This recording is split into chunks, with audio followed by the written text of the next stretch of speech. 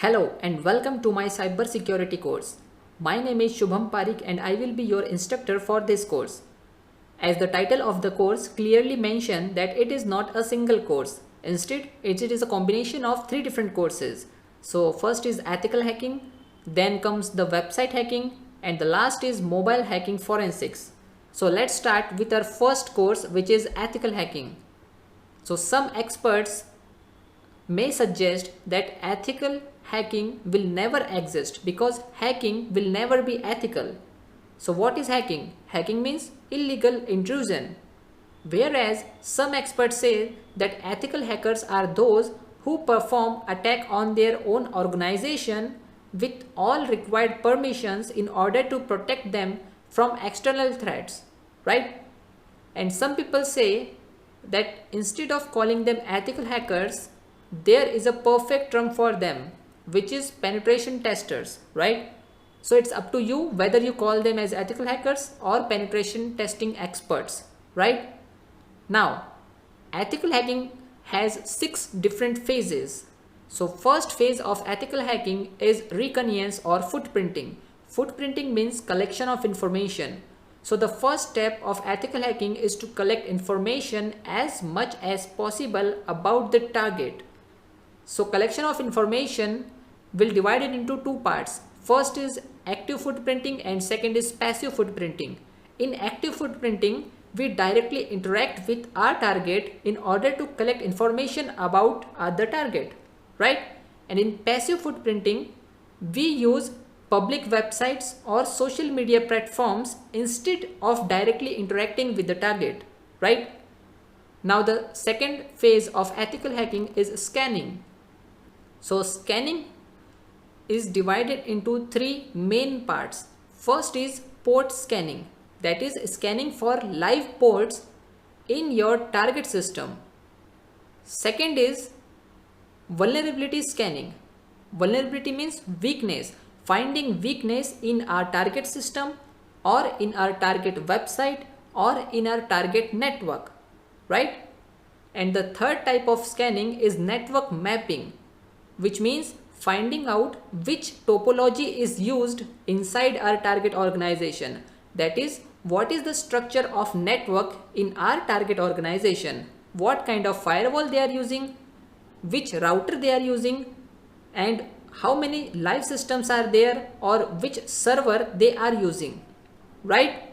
Then comes the third part of ethical hacking, which is gaining access. Gaining access means entering into our target network or entering into our target website or entering into our target system.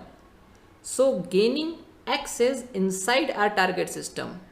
Then comes the fourth phase of ethical hacking. So the fourth phase is maintaining access. See, the more longer we maintain access into our target network or system or website, the more information we collect from there, like their personal information or their secret information, etc. So the longer the access is, the more information we collect. Okay. Then comes the fifth phase of ethical hacking, which is clearing tracks. See, no thief wants to get caught, right? So clearing tracks, which means clearing our footprints. Okay. So in this phase, we will try to clear logs so that no security expert will able to trace back the hacker. So clearing track is one of the most important step in ethical hacking. And the last phase of ethical hacking is making reports. As a penetration testing expert, you must prepare reports for management or for your seniors. So the report will include that what kind of attacks you have performed, which tools you have used and what kind of results you get, right? And which vulnerability needs immediate attention. Okay. So all of these we mention in our reports, right? So there are many types of hackers, but the 3 main types of hacker are black hat, white hat and gray hat. Okay. Let's not discuss them in detail because I have developed a separate lecture for it. Now let's move on to our next course, which is website hacking. But before moving, let me tell you something. I have included a special section on how to become untraceable over the internet, which help you so that you become untraceable over the internet, which means your internet service provider and your government of your country will not able to know that which kind of content you are accessing over the internet. Okay, so that section will help you to keep your privacy level to the maximum. Okay, so next course is website hacking. So I have included some important terms in website hacking. Website hacking means web application penetration testing, finding weakness in our target website. So the first one is payloads. Payloads are scripts or a combination of some codes which help us to find vulnerability in our target website. So what is vulnerability? Vulnerability means weakness, finding weakness in our target web application, right? So in this section or in this course, I have included what a website is, what a web server is, and how they work.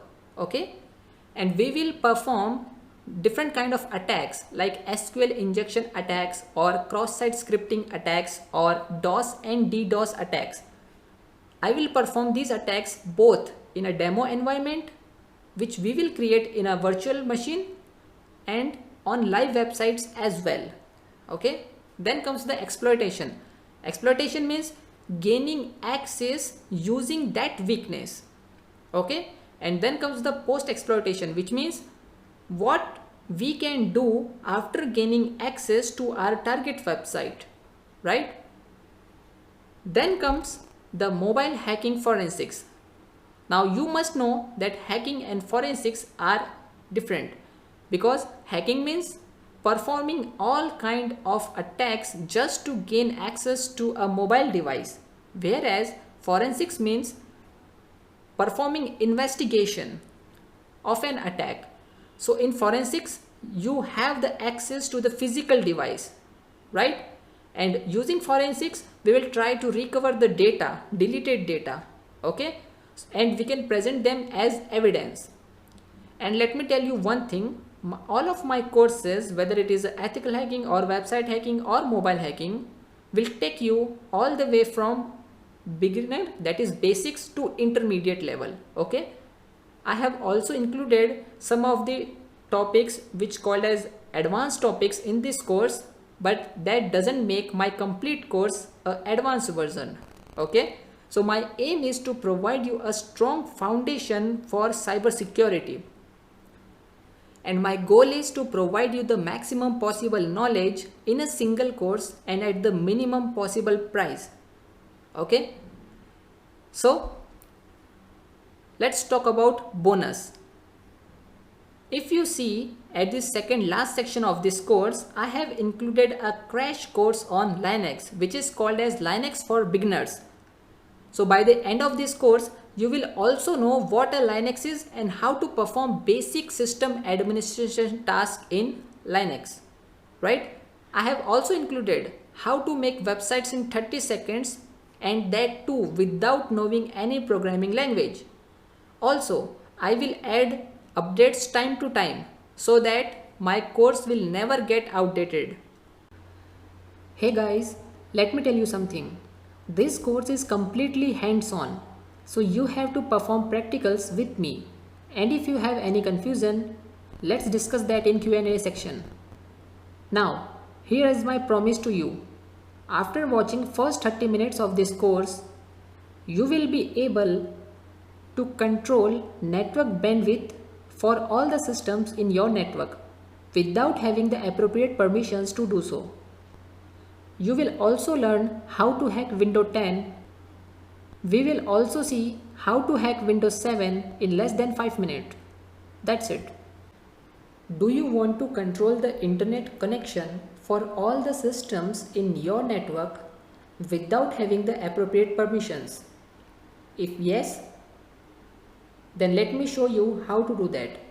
First of all, let's open your browser and type download Netcut. Netcut is the tool we are using for this practical. Archive is the official website to download this tool. Let me click on this second link because it will take me directly to the download page. Now, there are two versions here, Netcut 3.0 and Netcut 2.1.4. It mentions that it supports only Windows 7, but trust me guys, it will also work on Windows 10. But the problem with this older version is sometimes it fails to detect all the system in your network. So let's go with the latest one. Click here and the downloading will start. But I will not do that because I already have that on my desktop. See, this one is the older Netcut, that is 2.1.4, and this one is the newer version 3. So let's start with the new. I already downloaded this. If you want to download, then like any other software, just double click on the setup, next, next, next and finish. Remember one thing, when you are installing this Netcut version 3, it will also ask you to install WinPcap. Now, what is this? WinPcap helps your application to capture and transmit network packages bypassing some protocols. Okay, so install that also. Now click on open.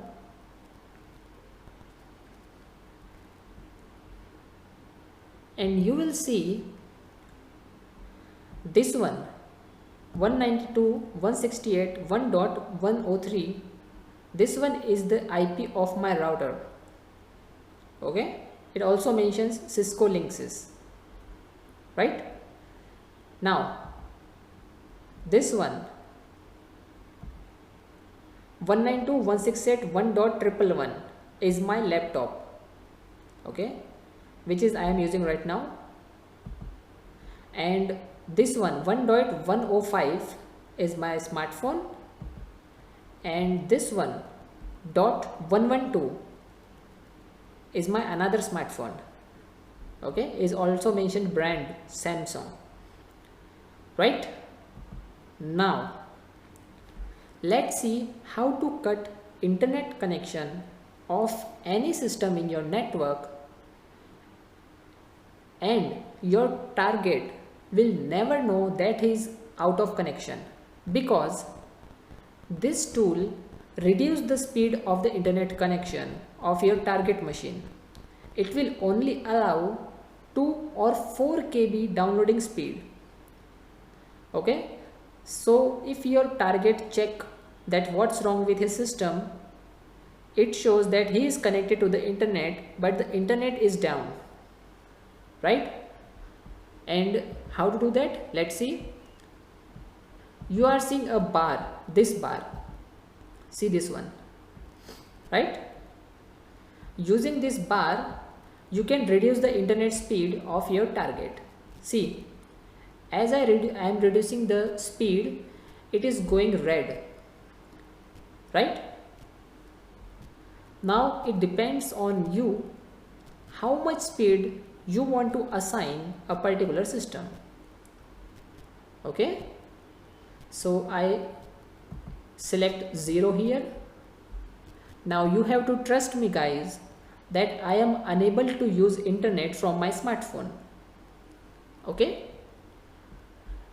it's showing me that I am getting 3 kbps downloading speed, right? But I am still connected to the internet.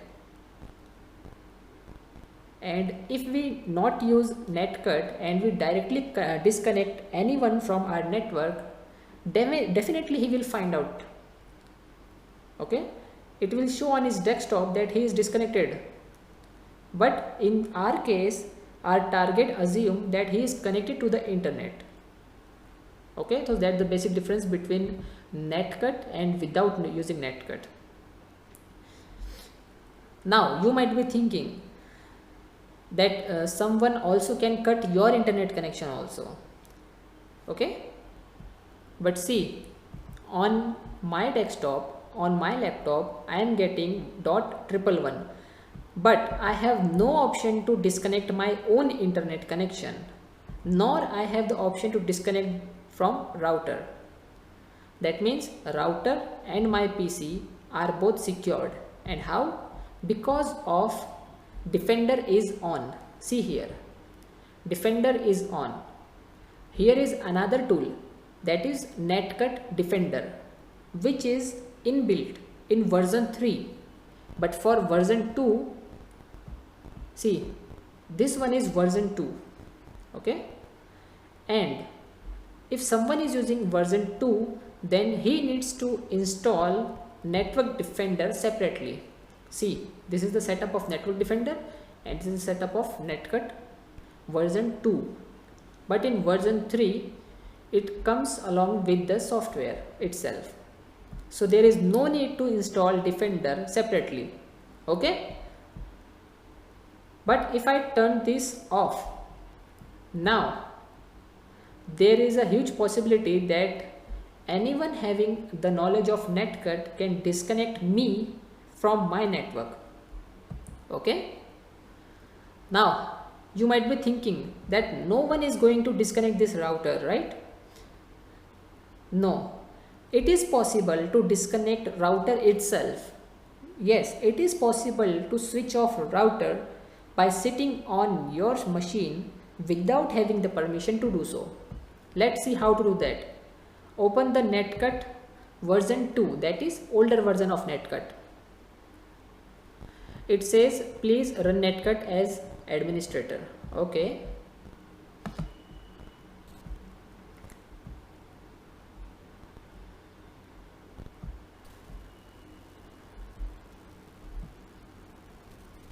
Now in older version you are going to see this is our IP and it mentioned that protected by Netcut Defender. Yes, while other three are not protected by Netcut Defender. Okay, and I already told you that 103 is our router. Yes, so you can cut the internet connection from here. Just select your target and click on cut off. If I cut off, then you will see that I am not able to use the internet connection. Let's see, let's check it out, and let's try to open google.com.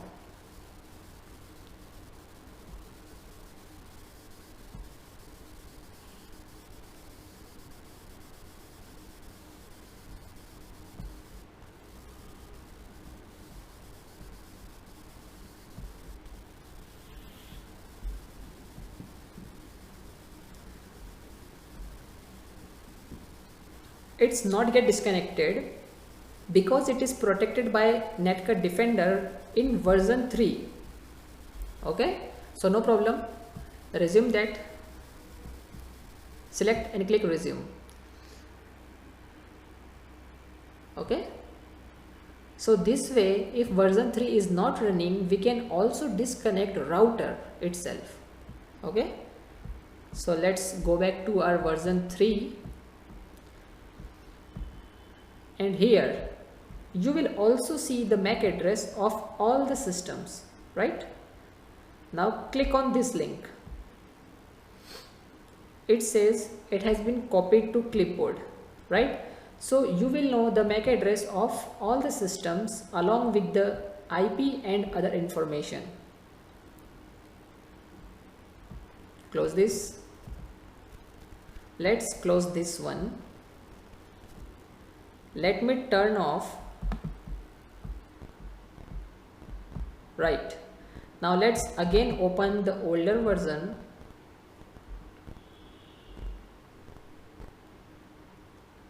Now in older version it also provides you the option to change the MAC address of your target system. Suppose I want to change the MAC address of this one, right? Go to change MAC. You will see this is the original MAC it has. Now let me change it to this. Click on change, right? And click close. It says the MAC ID has been successfully changed, right?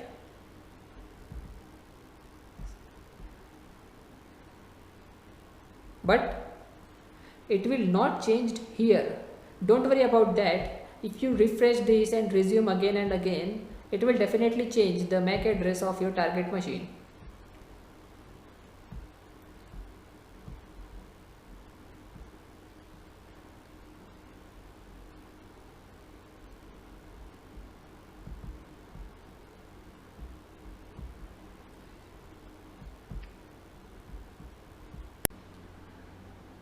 In this lesson, I am going to show you how you can reset a user password in Windows 10 without using any third-party tool. Okay? So for today's practical, I am using a feature called sticky keys. I hope most of you already know about this feature, and for those who don't, let me show you. Just press Shift key 5 times. 1, 2, 3, 4, 5. See, this feature runs at our login screen. Okay, so sticky keys is an accessibility feature in graphical user interface that causes modifiers to remain active after being pressed and released. Easier to do keyboard shortcuts, right? So for this power of this virtual machine, and let's start it again. But keep in mind, we need a Windows 10 DVD, a bootable DVD or a bootable USB to perform this practical, okay? Let's start it.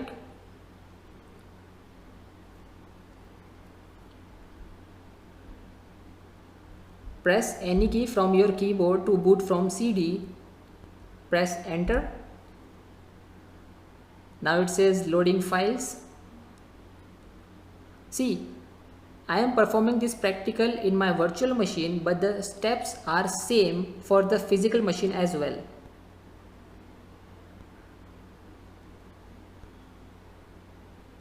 And yes, you will need a Windows 10 DVD or a bootable USB for this practical.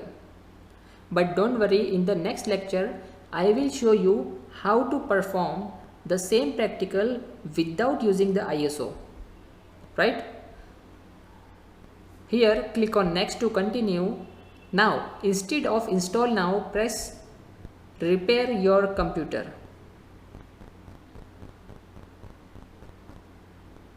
You will see three options: continue, troubleshoot and turn off your PC. Click on troubleshoot. Now select advanced options and select command prompt. See, now you have access to your command prompt. I know that it is running from your Windows DVD, but it will actually give you the access of this machine as well. Press C:, enter. Type dir. Okay. Now type D:, enter. See, I have installed my Windows on D drive in my virtual machine. So let's type cd Windows and again cd system32. Here we will see how we can use sticky keys. So first of all, let's copy that file of sticky keys with the name set.hc, that is set high contrast, and new name is set.hc backup, right? Now copy cmd to set.hc. Yes. Now what happens is, the next time we press shift key 5 times, instead of opening the actual set high contrast, it opens a command prompt. I know it's a window loophole. Now close this. Either you can press continue or you can go for turn off your PC and then start it again. I will click on continue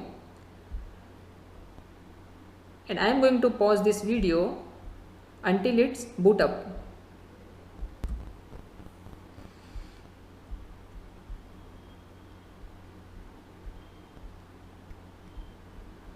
Now see, we are on the login screen and press shift key 5 times again. Okay, so we have our command prompt.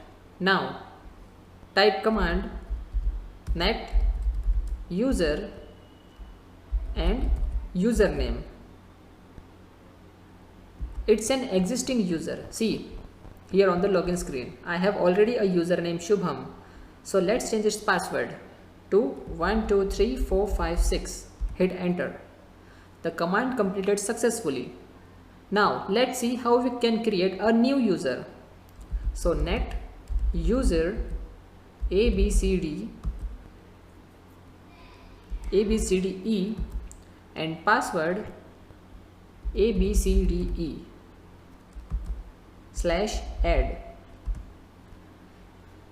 Okay, now let's make this new user ABCDE as an administrator. For this, use net local group name is administrators, mention the username /add. That's it. So what we have done is, first of all, there is a user called Shubham, but we don't know its password, so we have reset this to 123456. Then we have created a normal user ABCDE, okay, and then we have make ABCDE an administrator without knowing the actual password.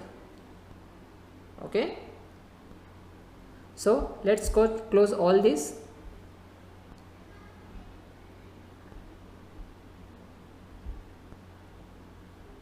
Now restart the machine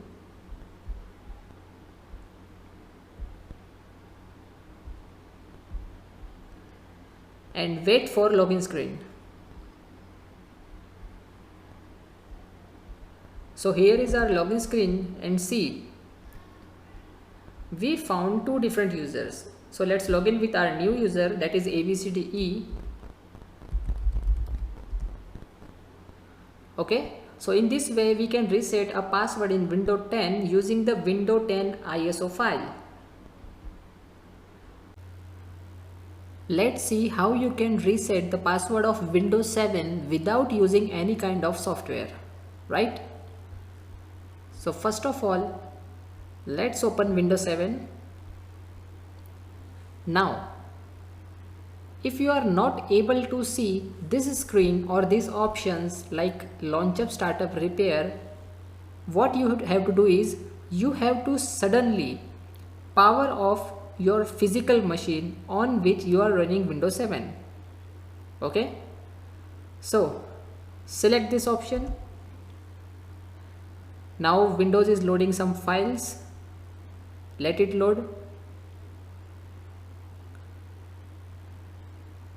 See, I am performing this practical in virtual machine. Okay, but virtual machine itself think that it is a physical machine. Virtual machine never know that it is performing in a virtual environment. So the steps are exactly same. Okay, now it has started repair. Okay, now I don't know how much time it would be going to take.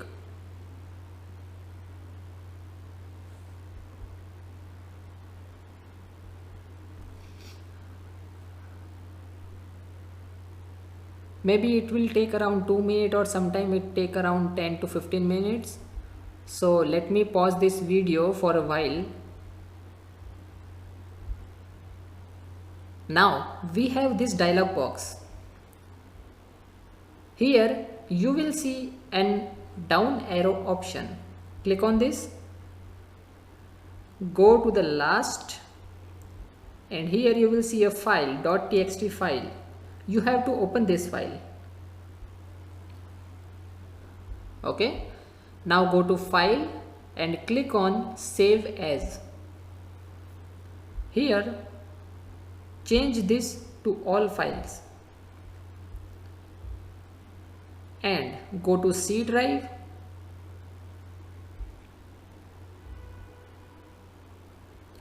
No, in this case we will go to D drive because our window files are stored in D drive. Now go to Windows, search for System32.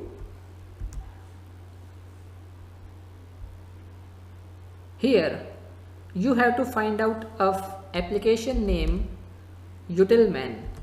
Utilman is your utility manager. Okay, now rename this. Let me copy this and rename to Utilman 1. Now find command prompt application. You can press C and then search for your files, or you can press CMD quickly. Okay, very quickly. Now rename this to Utilman. Right? Now cancel this, close this, also close this, and click on finish. Okay, now our virtual machine gets closed. But if you are performing this on your physical machine, then your machine will be shut down, or sometimes it restart automatically. But if it won't, then you have to start it manually.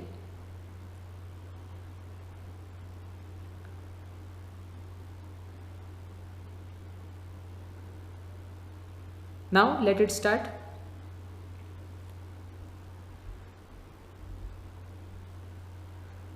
So Windows is starting,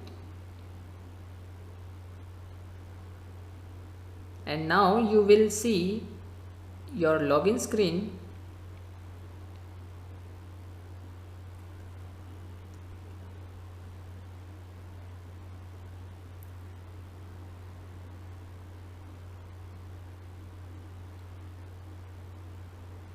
Okay, see, we have a username ABC, but we don't remember this password. Okay, we don't remember its password, so let's reset that. Click on Utility Manager. But as we rename CMD to Utilman, our command prompt has been opened. Here you have to type control user passwords 2. Okay, control user passwords 2 and hit enter. Here you will see your username, which belongs to administrators group, and at below here you will see an option of reset password. So click on this. Now either you can type a new password or you can leave it blank. In our case, we prefer to leave it blank. Click OK, close this, and now don't type any password here. Okay, as the password has been removed, simply press enter. See, it's too easy to break the password in this way. Okay, now remember, at the start of this lecture, I told you to get launch startup repair option, you have to power off your machine suddenly. But that work only in case when you are performing this practical on physical machine. But what if you are performing this practical on virtual machine like me? So in that case, you first of all power off all this. After closing virtual machine, you have this dashboard. So, if you are using a virtual machine, go to settings, go to storage and remove this ISO file. Remove this optical drive. Okay. This is the ISO file using which I have installed Windows 7. Right. So remove this attachment. As soon as you remove this attachment and you start virtual machine, you will directly see the launch startup repair option. That's it. In order to perform the practical of penetration testing, you need a virtual environment, and for that we need a virtualization software like VirtualBox. So here I am using Oracle VirtualBox, and if I go to About VirtualBox, you can see that I am using version 6.1.16. Okay, and it is not the latest version. So let's see how you can download and install the latest version of VirtualBox and Kali Linux virtual machine. So in order to create a virtual environment for Kali Linux, we need VirtualBox first. So just go to Google and type download VirtualBox. Open the first link, that is virtualbox.org. Okay, so here we have the latest version as 7.0.6, right? Now it says download VirtualBox for, let's say, Windows host, Mac, Linux, etc. So right now we need Windows host. Okay, or you can also scroll down in order to get some other information, but for now click on Windows host. Okay, and you can see it's downloading here, right? So let it download first, and you have to download one more thing, that is extension pack. Okay, so just click here and it's also downloading and done. Okay, so the default path for my downloads is set to the desktop, right? So here I have the latest version of VirtualBox. Okay, so just double click on it.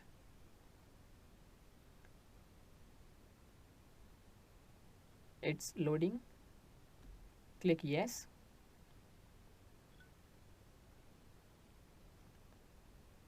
Then next. Again next. Yes. Install. Okay, now we have to wait until the process gets completed. As you can see, the process is completed. Now when I click on finish, it will start the newer version of VirtualBox. Okay, so now if I go to About VirtualBox, you can see that I am upgraded to the latest version of VirtualBox, right? So now let's see how you can install the Kali Linux. So simply type, or you can go back to the Google and type here download Kali. Okay, and you can open the first link, that is kali.org. It is actually owned and managed by Offensive Securities. Here you have two types of images. The first is installer images and the other is virtual machines. See, I recommend you to download the virtual machine. Okay, here you can see the pre-built virtual machines of Kali Linux. Depending on 64-bit or 32-bit, you can select. Okay, for now I am using 64-bit. And see guys, I am running Windows 11, okay, on my main system.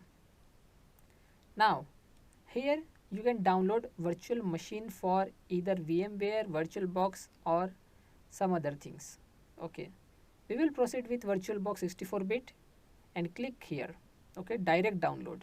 Never go with the torrent as the files are corrupted. Okay, so you cannot trust that. So click on this here on the download button. This is a direct download link.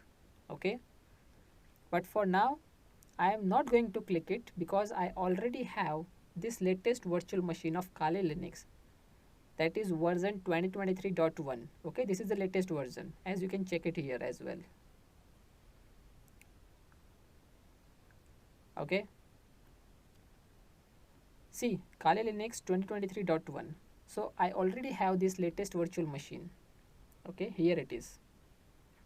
So let me switch back to VirtualBox and go to File. Before importing the virtual machine, we have to go to Tools and then click on Extension Pack Manager. As you can see, it is using the older version, right? So click on Uninstall, click on Remove, and now click on Install.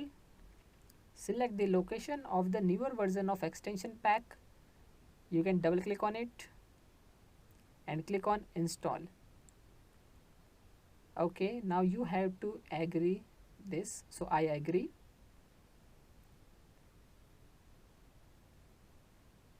Okay, so you can see the Oracle VM VirtualBox extension pack has been updated to the latest version, right? And this sign says that it is active. Now let's try to import the virtual machine. So go to Files, Import Appliance, browse it, or what you can do is you can directly open it. Okay, so let me show you how. Just open this folder and here just double click on it. Okay, and you can see it is opened in the VirtualBox. Now simply click on Start and it will work. Okay, it says powering up the virtual machine.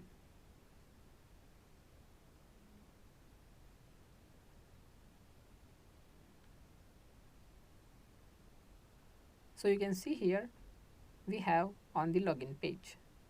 So just type Kali as username and password as Kali.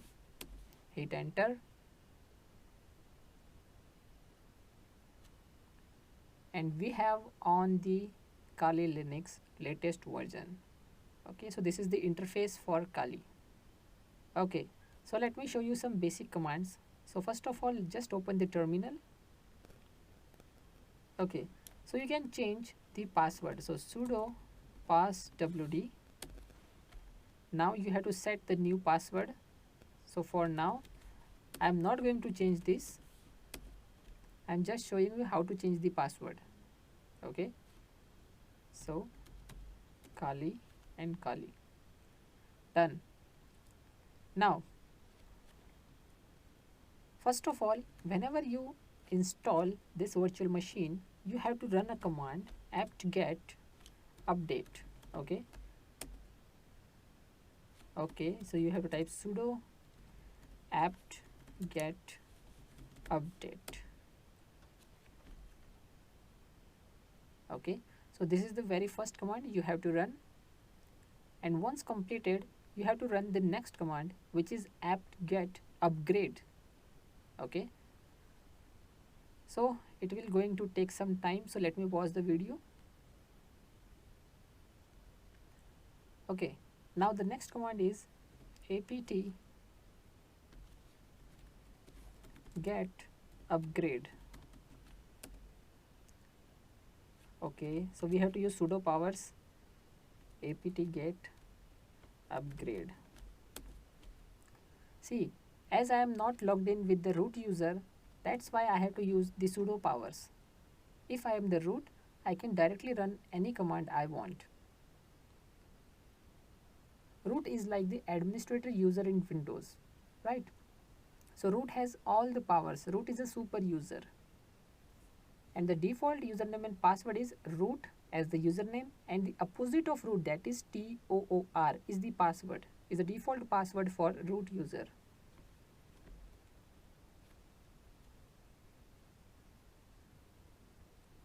Okay, so my Kali is upgrading.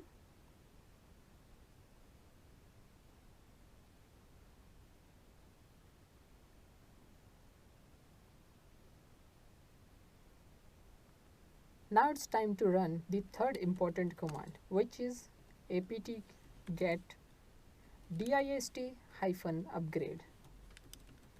Okay, it means distribution upgrade. Okay, you have to select Y, that is yes, we want to continue.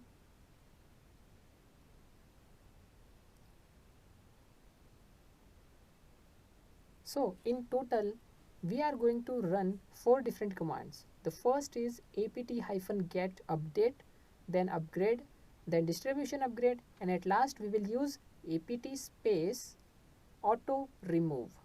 Okay, we will use auto remove command in order to remove the older version of the packages. Okay, as you know that we have downloaded the latest version of all the packages, so it is important for us to remove the older versions from our system. Okay, for smooth processing, right?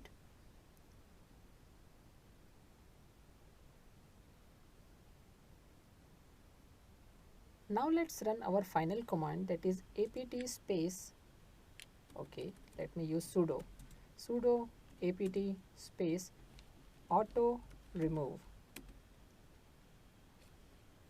Yes, we want to continue. Okay, done. So we are now ready to use Kali Linux. Okay, one more thing. Switch to Oracle VirtualBox Manager, select the virtual machine, go to settings and change the network settings, okay, from NAT to NAT network. See, NAT network works best with virtual machines, okay, but if you are not comfortable with it and you have knowledge about networking, you can also proceed with bridged adapter, okay, but for now we will proceed with NAT network. Okay, I will set NAT network for each virtual machine that we are using for our practical. So this is the complete process of downloading and using Kali Linux in virtual machine. Now, before proceeding with the installation part, let me tell you one more feature of VirtualBox, and it's called snapshots. And what this feature do is, snapshot will create a point so that in future if anything goes wrong during our pen testing, we can restore our virtual machine back to this point, which means it will restore our virtual machine to its previous state, right? So it's an important feature for us. And now let's continue with our installation. First of all, if you already know about how to install Windows 7, then you can skip this part, okay? But if you are among those who don't know how to install it, you can continue with this lecture, right? So select this and go to settings, and in storage let's add the ISO file. Okay, see, it's showing me here because I already have Windows 7 installed on this VirtualBox. But if you don't find it here, then you can browse it from this option, right? Select your ISO file and click on OK, and let's click on start. Now it's processing.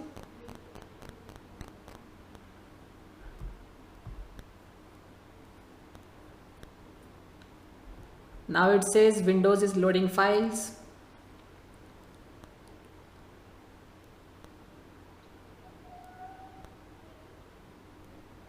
See, the whole process will take around 15 to 20 minutes. Starting Windows. We have to wait till the process ends.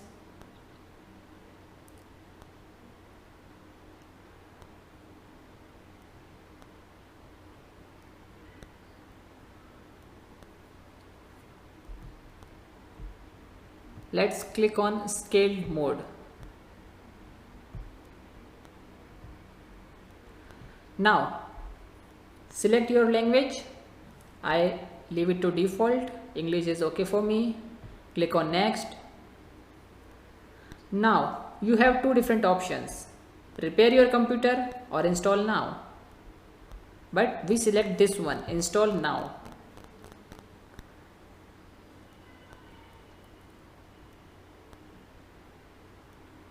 Now setup is starting.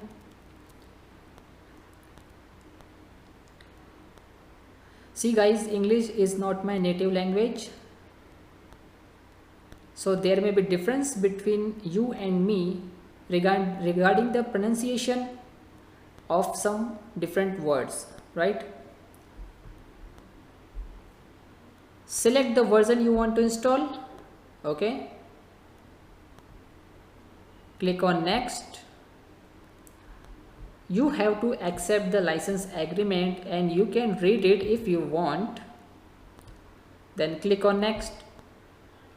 Select the custom here. Okay, now we have a unallocated space of 32 gigs.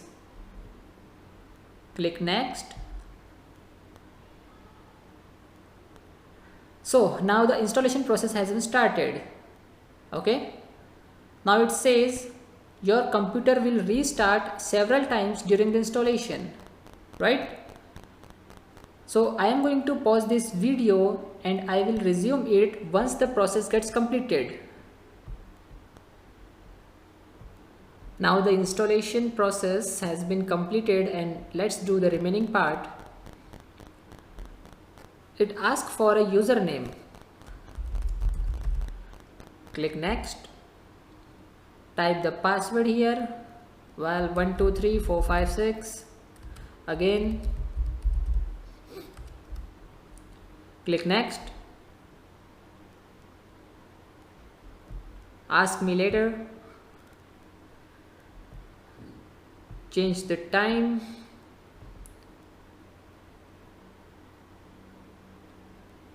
And let's change it to India, New Delhi. Click next. It says if you aren't sure, then select the public network.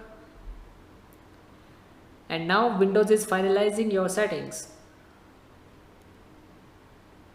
So this way you can install a Windows 7 in VirtualBox.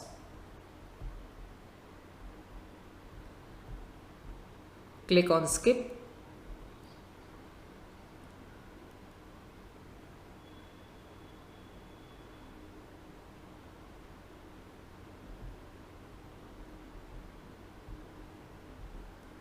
So after taking 20 minutes in total, I am finally able to see my Windows 7 desktop.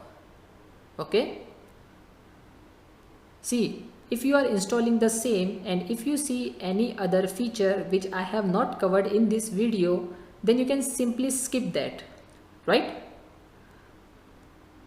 So, see you in the next lecture.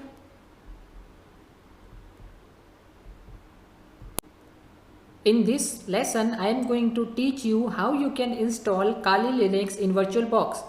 So for this, you will need two things. First, VirtualBox. Second, Kali ISO. And if you don't, then open your browser and type download Kali. Okay, open the first link. See, kali.org is the official website to download any version of Kali Linux. Now here you have many different versions. Okay, for me, I have selected the first one, Kali Linux 64-bit.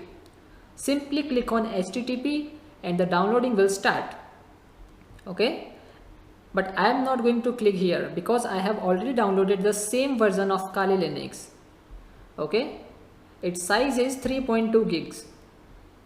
Now open your VirtualBox. Click on new. Name your new virtual machine, that is Kali 2.0. Select the type, which is Linux. Select the version, which is Debian 64. Here you can assign the RAM. As you can see, I have 12 gigs of total RAM on my physical machine, so I can give some more RAM. But 1 gig is sufficient, okay? You may go with it. 8 gigs is sufficient. Click on create. Click next. Again next. Change the location if you want. Click on create.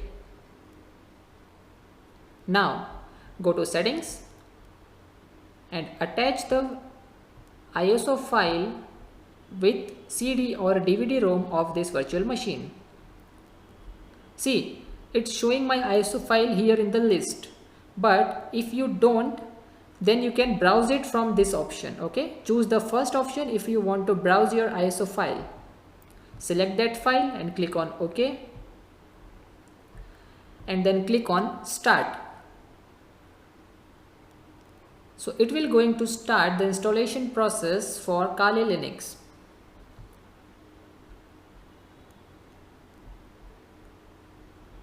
Okay, now here you have different options, like either you can run Kali Linux live, or you can install it, with graphical version. So we will select graphical install. So it's loading.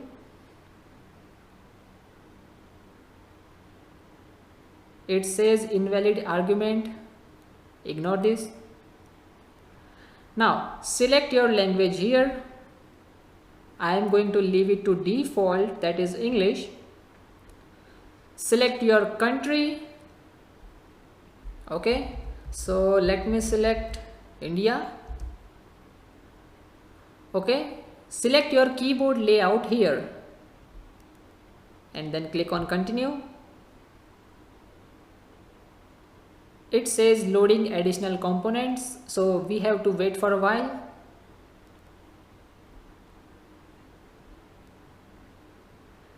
So let me pause this video.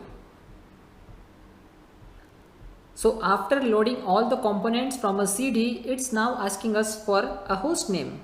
So leave it to default and click on continue. See, leave domain name empty. Now it says configure the network. Now it says set up users and passwords. So password is 123. Re-enter 123. I know that it's a easy password, but that's okay.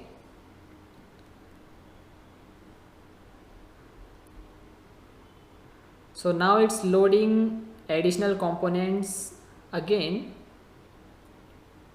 but this time for partition disk.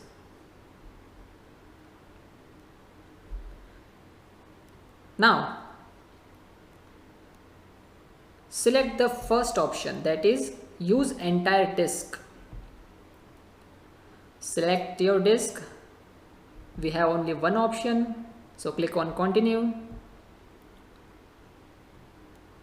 Leave it to default and click on continue. Okay, finish partitioning and write changes to disk. Now it's asking you, write the changes to disk, yes or no.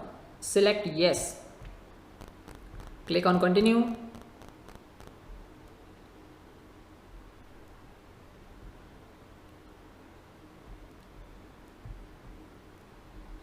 It says installing the system, so we have to wait for that. I got an error saying that install the system failed. To solve this, I have started a new installation, but this time I have assigned 22 GB of storage to Kali Linux. I know it's not going to use the total storage, but this is the way to solve this error. Okay, so I started the new installation. Don't worry, the other settings are exactly the same as the previous one. The only difference is the storage. Okay, so remember, whenever you are installing Kali Linux, give at least 15 to 20 GB of storage. Okay, don't leave it to default for 8 GB. Right now, after installing the system, the next question is to use a network mirror or not. Click on no. We don't need any network mirror for now. Click continue.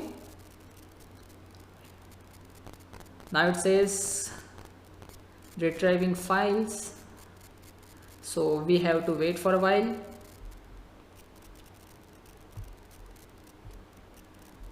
Now it says cannot access repository. No problem. Click continue. Now it's configuring the package manager.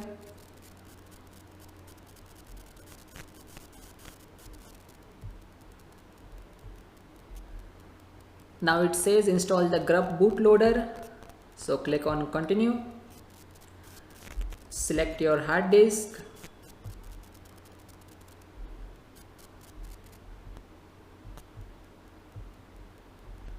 Now it says installation complete.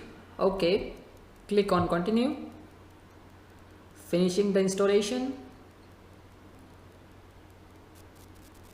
Now it will ask for reboot.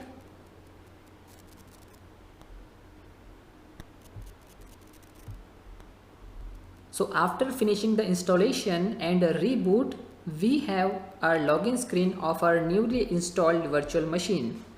So the by default username for Kali is root and the password is 123 that I have assigned. Okay.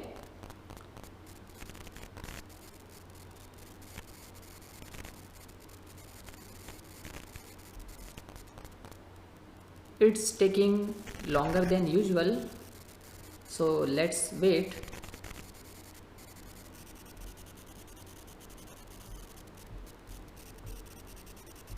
So this is how your Kali Linux looks like. Okay, so guys, don't skip the next lecture because I have something important to tell you. Okay, hello everyone, I want to discuss something important with you, and I hope most of you joined this course in order to become a cybersecurity expert, and some of you may join this course just to protect yourself, your family members and your friends from various attacks, right? Now, in order to become a cybersecurity expert, you must know something other than ethical hacking, right? Now don't worry, I am not talking about any programming language, but I am talking about networking. You must know the basics of networking. Now I am not asking you to join any other networking course in order to become a master of networking, but you must know what a IP address is, right? What a MAC address is, what is ping, how to connect to different computers like by using LAN cable and etc. I want you to must know the basics of networking, and you can easily find these things over Google or by watching 1 or 2 YouTube videos, and that's enough. Okay, now the other important thing is Linux.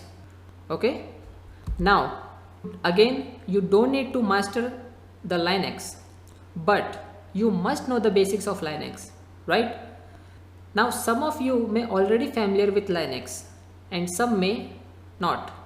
If you are among those who already know about what a Linux is and how does it work, and you already know how to perform basic administration tasks in Linux, then you can continue with these lessons.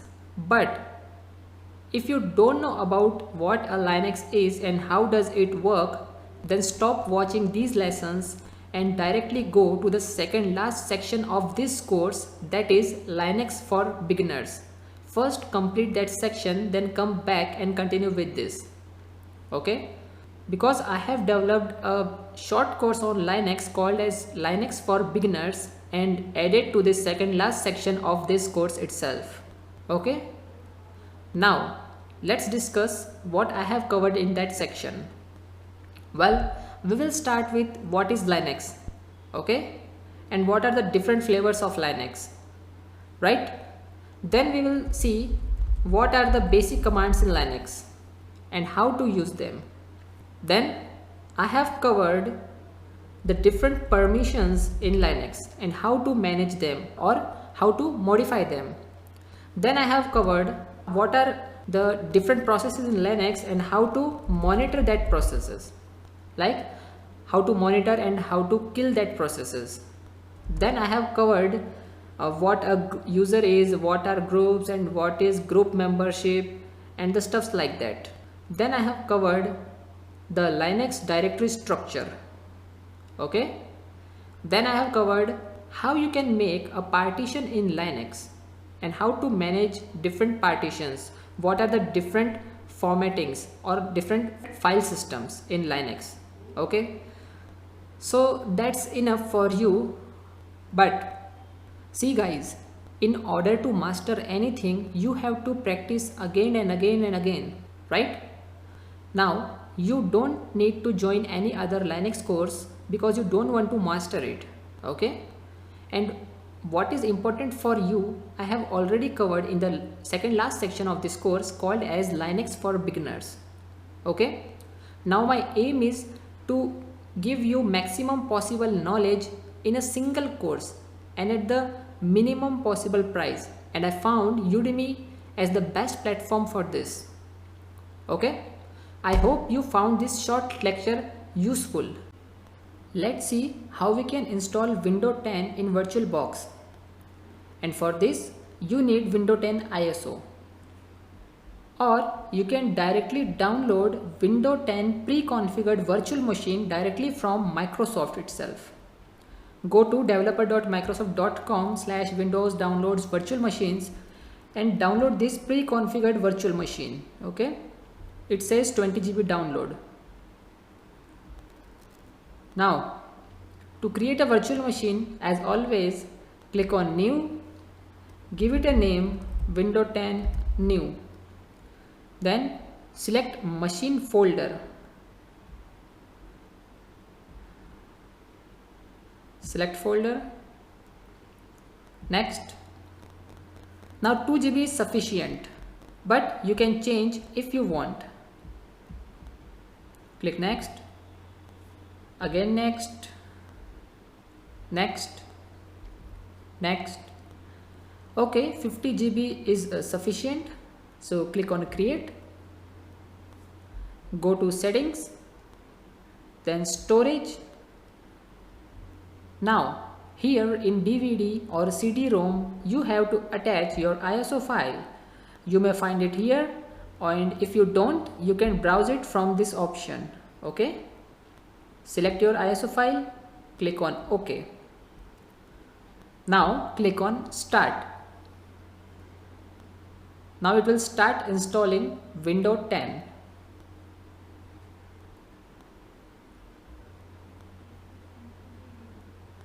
Okay, select first one because I want 64-bit. Now it says loading files.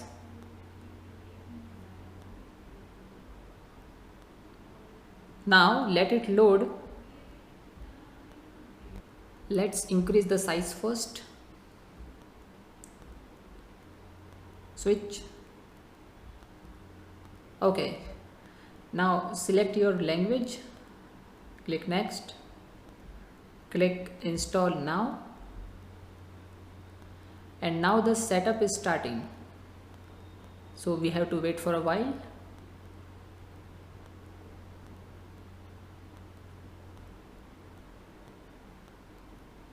Let me pause this video. Now it's asking for the product key, although I have, but for now let's click on skip. Now select the operating system you want to install. Click next.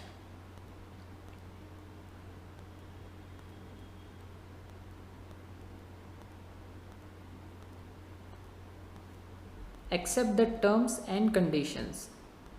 Okay, you may read if you want, then click on next.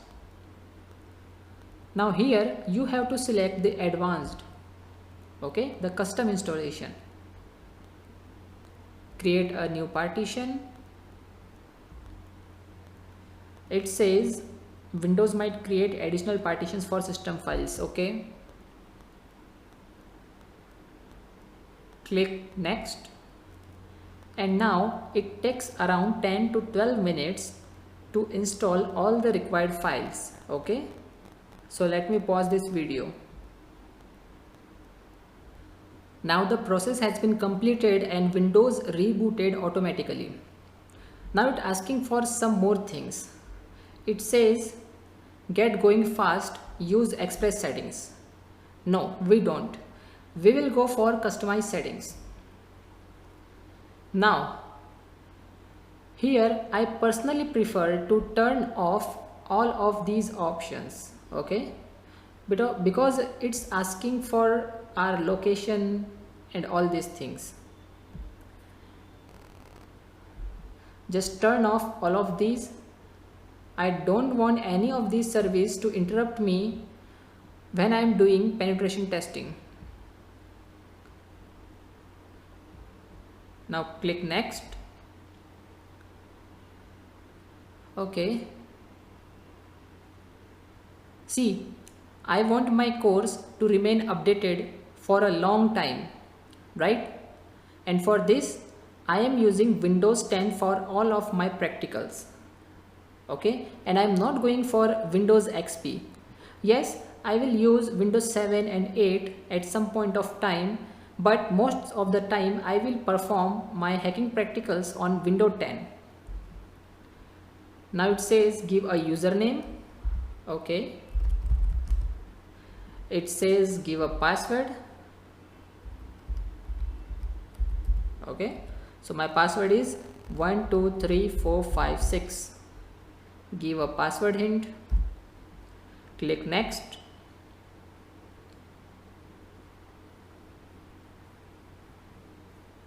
Okay, hi.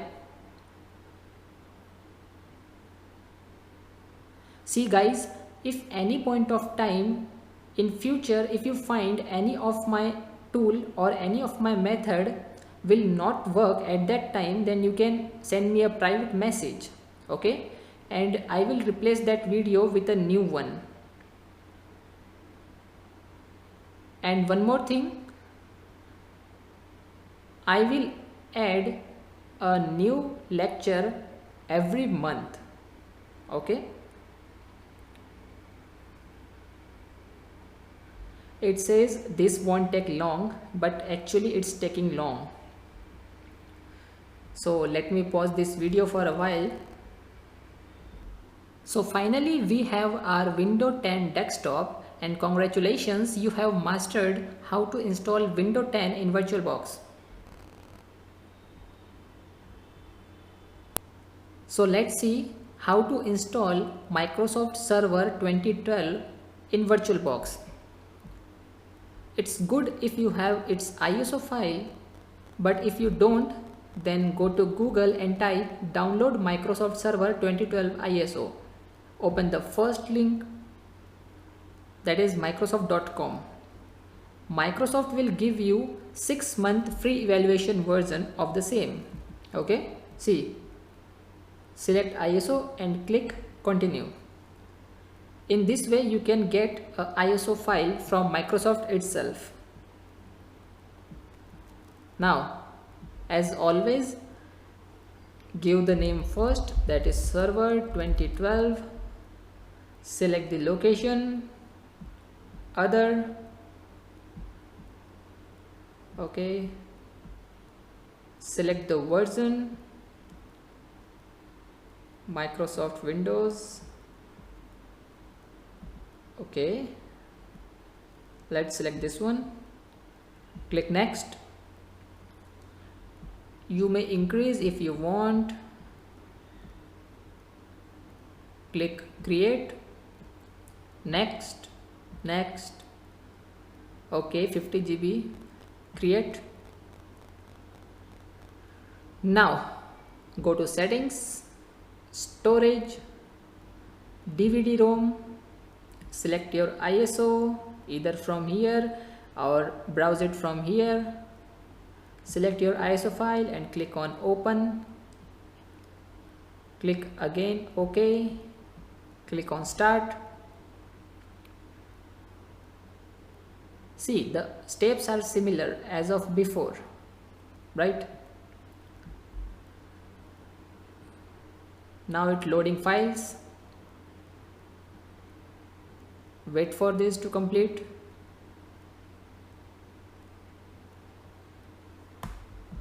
Let's go for full screen mode.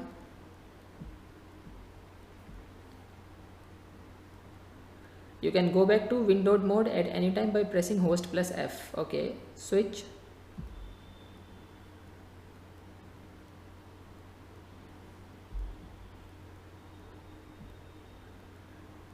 Now here at the bottom you will see some options like file, machine, view, etc. Now select your language and click next. Click on install now. Now it says setup is starting. See, I am installing server 2012 because I want to perform some practicals on it. Okay. Now you may be thinking that why I am using server 2012 and not 2016. Well, there is a reason, because I have a product key for server 2012, and also if any attack works on server 2012, then definitely it will also work on other latest versions. Okay. Now go to view, exit full screen mode, because I want to enter my product key and that is on my physical machine. Let's type it VDNYM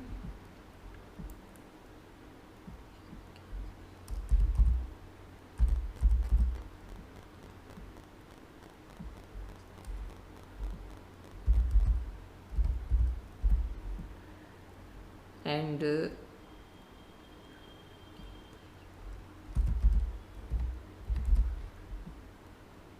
see, I have hidden my last keys because I don't want you to copy my key.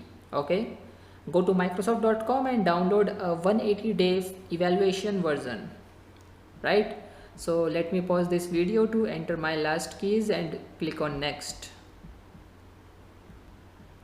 It accepted my key. Now it's asking for server core installation or server with a GUI. So we will go with the second option, that is server with a graphical user interface, right? Click next, and here we have to accept the license terms. We have no other option. Now select advanced. Okay, no need to create a new partition. You can directly click on next, and now it's starting the rest of the process. Again, it will take around 10 to 12 minutes to get all files ready and install the updates and finishing up and all. So we will pause this video. Process has been completed, and now it says type a password for the built-in administrator account. Okay, so give a strong password here.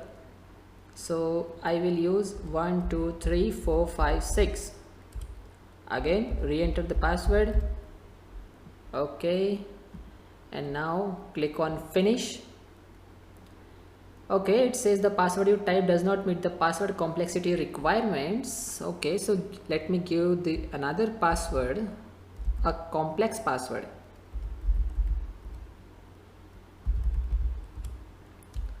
Type again. Okay, now let's click on finish. So it says finalizing your settings. Okay.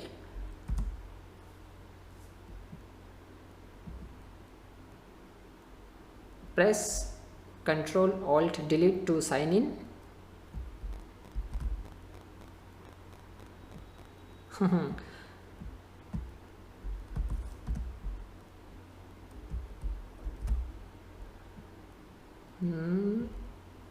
Ctrl Alt Delete is not working. Actually, it's not taking input from my keyboard. So let's go to input, keyboard, and select this option, that is insert Ctrl Alt and delete.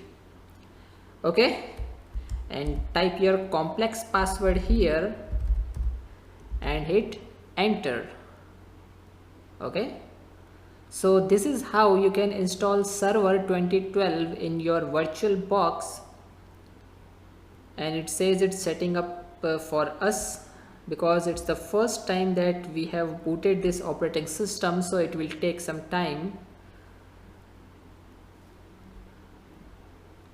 And now you can see the desktop of our newly installed virtual machine, right? Now it's opening server manager. It is by default. So let's not go into deep, and if it opens, I will directly close this without changing anything. Okay. So that's it for this tutorial. Let's see how we can use Metasploitable in VirtualBox. This time we will not going to install Metasploitable. Instead, we will download its virtual hard disk and start using it. Right? Now let's see how to do that. First of all, let's head up to your browser and type Metasploitable. Now, what is Metasploitable? Metasploitable is an intentionally created vulnerable virtual machine based on Linux. Okay? It is created so that we can conduct our security testing using security tools and performing our penetration testing practicals. Right? It is a product of Rapid7 because Rapid7 has acquired Metasploit framework in 2009. Okay? So it's important for us to use Metasploitable. Now, after typing Metasploitable, you will get these results. Okay? Open this second link, because if you will go for the first link and find here the downloadable link for Metasploitable, you will see that it will redirect you to the second one, that is sourceforge.net. Right? Now here, simply click on this link, Metasploitable Linux 2.0 zip file. Okay, it's more than 800 MB. Simply click this and the downloading will start. But I have already downloaded this one, right? Now open your VirtualBox. See, it's a zip file, so you have to first extract it. Now go to new, type here the name, that is Metasploitable. Okay. Select the location. See, here is my downloaded Metasploitable Linux. It is based on Linux, and select Ubuntu here. Click on next. 1 GB sufficient. Now here, instead of creating a new virtual hard disk, you have to select use an existing virtual hard disk file, right? And browse it. Click on add. This is the extracted folder, and select this one. Click on open. Okay. Choose it and click create. Right? Now, it's a bad idea to leave the network settings to default, because Metasploitable itself says, please come and hack me. Okay? So we can't leave this virtual machine open to the internet, right? Now here, select this one for now. We will change our settings as per our need, right? Okay. Now click on start.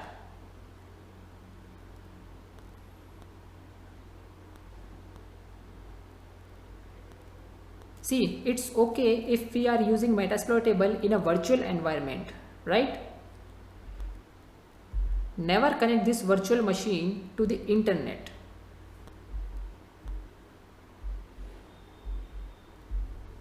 I have some more operating systems which we will be using in this course, but for now, as we are starting with ethical hacking from the next section, so this is the last video under installation section, right? These are sufficient. See, this one, Windows 7, 10, okay, and Kali, server and Metasploitable. These are sufficient for our ethical hacking practicals, right? Now it's asking for login. See, you can read it here just about the Metasploitable login. Login with MSF admin as username and MSF admin as the password. So let's type this, MSF admin as username, and the password is same, that is MSF admin. See, now you have logged in. Okay. fconfig. Here is our IP address, that is 192.168.56.3, right?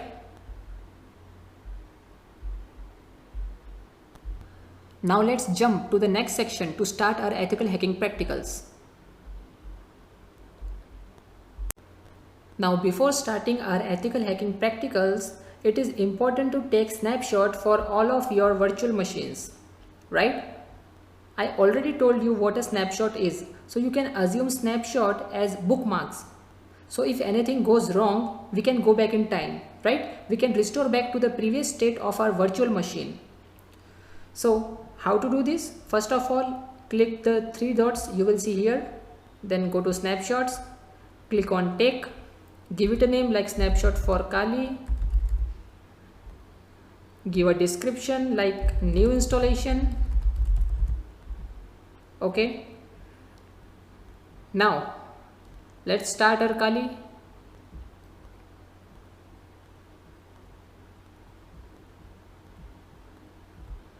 Let's type username, that is root, and password is 123. Okay, now we have taken a snapshot for a Kali because it is a new installation. Now we made some changes to Kali and then take a snapshot again. Okay, and then we switch between the two. So suppose you have updated your Kali or you have created some folders in Kali.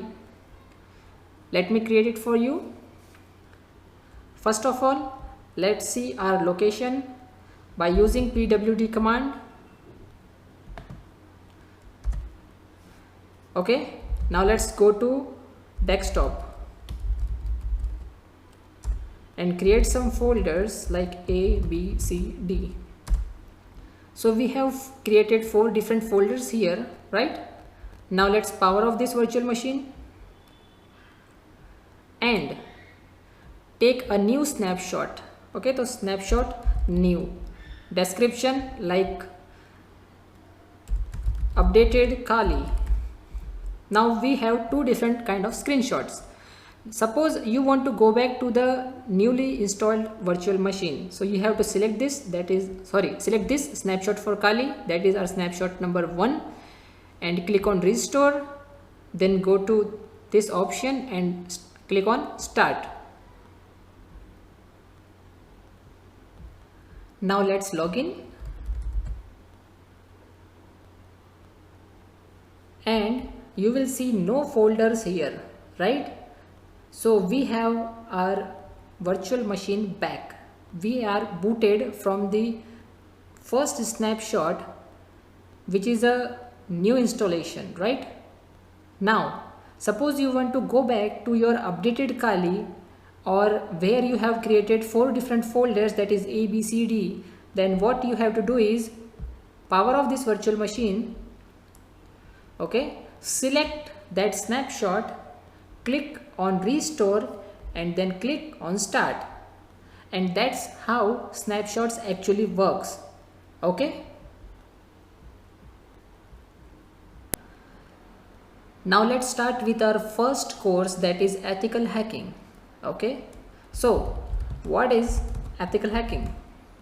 Well, some experts have written that there is no such word like ethical hacking because hacking will never be ethical, while on the other hand some experts suggested that performing hacking with all required permissions from the owner is called ethical hacking.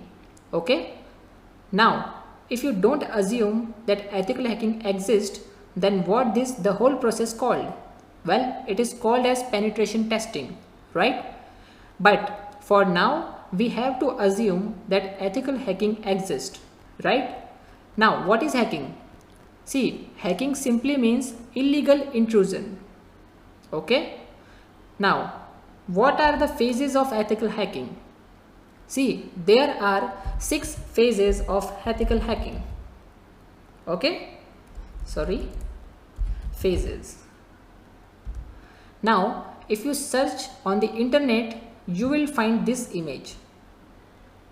Okay, it's mentioning that there are 5 phases of ethical hacking. Okay, we will see the sixth one at the end of this lesson. Now we will start with reconnaissance. Okay, it's also called as footprinting. Okay, footprinting means gathering information about your target as much as possible. Now we can collect information in three different parts. First, network, second is host, and the third one is people involved, right? So footprinting is of two types. First is active, another is passive. Active means directly interacting with your target to gather information. Example, we can use some tools like Nmap to scan our target.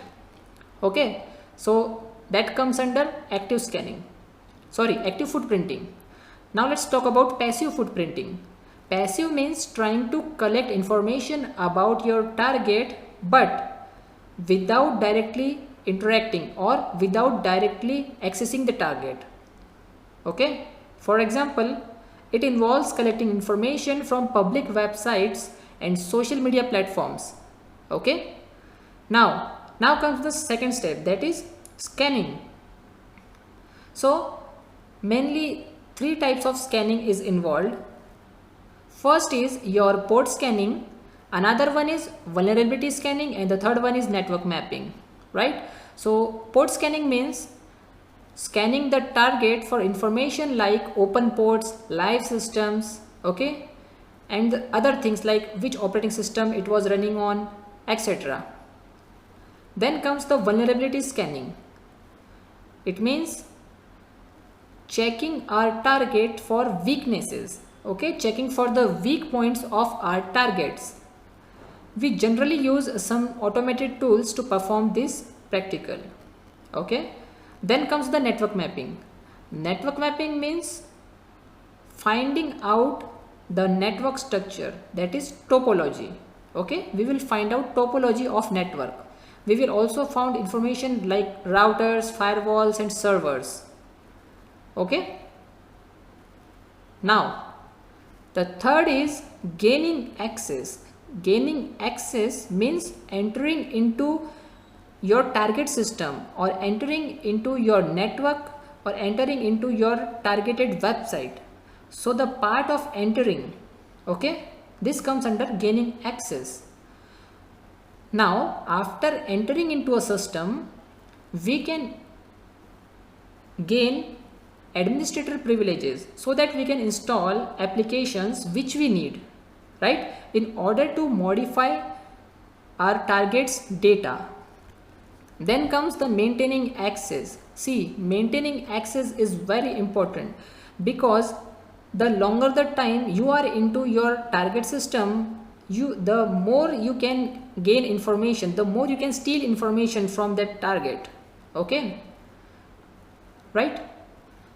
Now we can do this using trojans, rootkits and other malicious files, right? Now comes the fifth phase, that is clearing tracks. See, no thief wants to get caught, right? So it is important to clear all the evidences. Okay, so what we do in this phase? Well, we will clear logs, okay, or we can modify some registry values, or we can uninstall applications that we have installed earlier in order to maintain access, or we can hide such applications, right? So this is how we can clear our tracks. We can do this in two ways, either manually or by using some automated tools like audit, poll, etc. Okay, now comes the last phase, that is report writing. Okay, it is important for an ethical hacker to maintain a report so that we can present this later to the management. Okay, so this is the sixth and last phase of ethical hacking. I hope now you understand what ethical hacking is and what are the different phases of ethical hacking, right? Now let's talk about types of hackers. If you search these words over the internet, you will find that some companies are claiming that there are 4 types of hackers and some are claiming that there are 8 types of hackers. But let me tell you one thing, there are three main types of hackers, right? The first one is white hat. Okay, white hat are ethical hackers. They perform hacking with all the required permissions in order to protect their organization from black hats, okay, or from any external threat, right? So these are considered as good guys, okay. Then comes the second, that is black hat. These are the hackers which perform hacking in order to harm someone, in order to destroy their targets, okay, with any reason, okay, for any reason. They can sell your information by stealing your credit card information over the internet, right? So such type of hackers come under black hats, okay. Now comes the last, that is grey hat. Grey hat is a combination of white hat and black hat. Suppose any company hired a hacker in order to steal their competitors' information, okay, so such hackers are come under the category of grey hat. So I hope now it's clear to you that what are white hat, what are black hats, and what are grey hat, right? So there are mainly three types of hackers, okay. Before starting our hacking practicals, first we have to configure the networking for our virtual machines. As you can see, by default it is selected to NAT network, okay, which is not good, because it means all of our virtual machines are sharing the same IP address, right? So to change this, we have to select NAT network, right? As I am going for NAT network, it's showing me NAT network as a name, right? Because VirtualBox automatically created this network, right? But sometimes it won't, okay, you will see nothing here. So in that case, what you have to do is go to file, then preferences, go to network and click this icon, okay, which says adds new net. As you click this, see there is a new network created, right? And to remove, click this, right? Then click OK, come again, and now you will see a list of all of the NAT networks that you have created, right? So this is the perfect option for networking. Now what's happening behind the scenes? See, after selecting NAT network, all of our virtual machines thinks that our host machine, that is my physical machine, is a router, right? By choosing NAT network, my physical machine will act as a router for all of my virtual machines, okay, because virtual machines cannot directly access to my actual router. So this is how we can configure our networking. Now let's start with our first lesson of ethical hacking, that is footprinting or collection of information. So this is the very first step of ethical hacking, that is we want to collect data or information about our target as much as possible, okay. The more we collect info, the more are the chances that we get hacked into our target, right? But before starting with footprinting, let's understand what a network is. See, in simple terms, connecting two or more devices is called a network, right? Now, either you accept or not, each of us are connected via networking in our day-to-day life, right? If you are using your smartphone and accessing the internet, that is a networking, okay? Now let's understand a basic structure of networking. Suppose we have three clients. Client 1 is your computer system, client 2 is your laptop, and client 3 is your smartphone, right? Now we connect all of these three clients in order to share any data or resources. Now suppose our resources is the internet, right? But these three cannot access internet directly, okay? They need an access point for that. So access point is your router, or we can say it as a modem. Okay, so if any of these client want to access the internet, first they have to access this modem, and then this modem send the request to the internet. Okay, so how it works? Suppose client 1, that is our computer system, wants to access facebook.com, right? So first it has to send this request to the modem, and then modem forward this request to the internet, and then internet reply to your modem, and then from modem to your client, right? So this is how a basic networking works. Now data are transmitted into packets in a network, whether it is a wired network or wireless. In our case, we suppose that it's a wireless network, right? So data is transferred in packets over the air, right? Over the air. So as a hacker, we can intercept all of these data, right? We can capture those packets and then we can read the data. Okay, so we will see how to do that. As a professional ethical hacker or pen tester, the first step is to check reachability for your target, right? So we will check the connectivity between you and your target. Okay, let's see how to do that. First of all, let's open your Windows virtual machine and open your command prompt, and let's check the IP.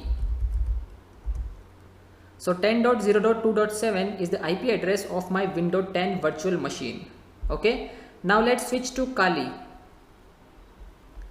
Let's check its IP. If config, and it is 10.0.2.4. okay, so let's check the connectivity between the two. So ping 10.0.2.7.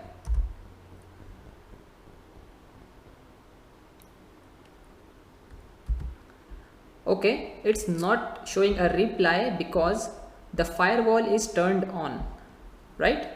So let's switch to window and turn off the firewall first. So go to control panel,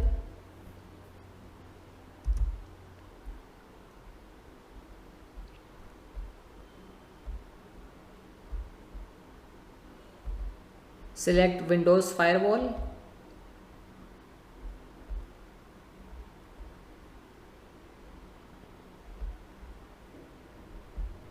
click OK.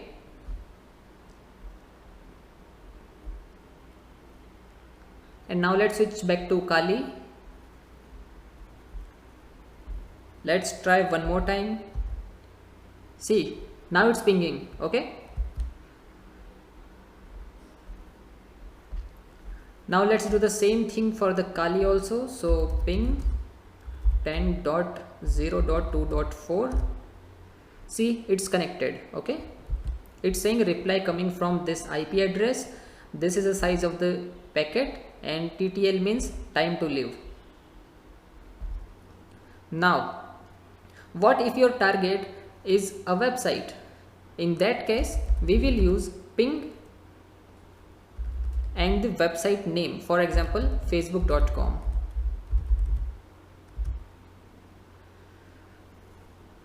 Okay, so this is the IP address for this server on which facebook.com is hosted. Okay, now there may be possibilities that a single server can hold multiple websites. Okay, so we can't assume that Facebook is the only website that is running on this server. So for all that websites that are running on the same server, this is the only IP. Okay, so if you ping any other website hosted on the same server, you will receive the same IP. Okay, so this is the IP for the server. Now the next step is to find out the maximum frame size, okay, or the maximum packet size that we can send to our target. Okay, because you can read here that the by default packet size is 32 bytes.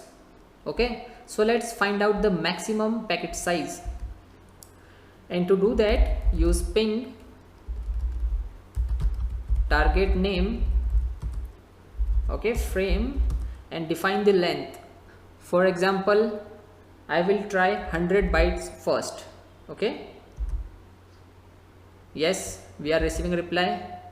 Now let's increase the packet size to 500. Okay, now let's increase it to 1500. See, now it gives an error. It says packet needs to be fragmented. Okay, so let's reduce the size. Let's say 1300. Okay, we will receive reply. Now 1400. Yes, it's working. Now let's try 1450. Okay, now let's increase it to 70. Still we are getting reply. Now let's try 80. Okay, so 72. See, 1472 bytes is the maximum size of a frame we can send to our target. Okay, so now we have this maximum size. Now, as we can see, when we ping to facebook.com, we are getting a reply, right? But we don't know the actual path. Okay, we don't know the actual path of our packets, right? There may be multiple hops, or there may be multiple points or multiple routers in between you and your target. So to get a list of all of them, we use a command called tracert. Okay, and the process is called trace route. Okay, so tracert is a command line utility, or should I say is a network tool which help us to determine the path of our packets transmitting from you and your target. Okay, so to know the detailed path, we use tracert command. So tracert and the name of your target.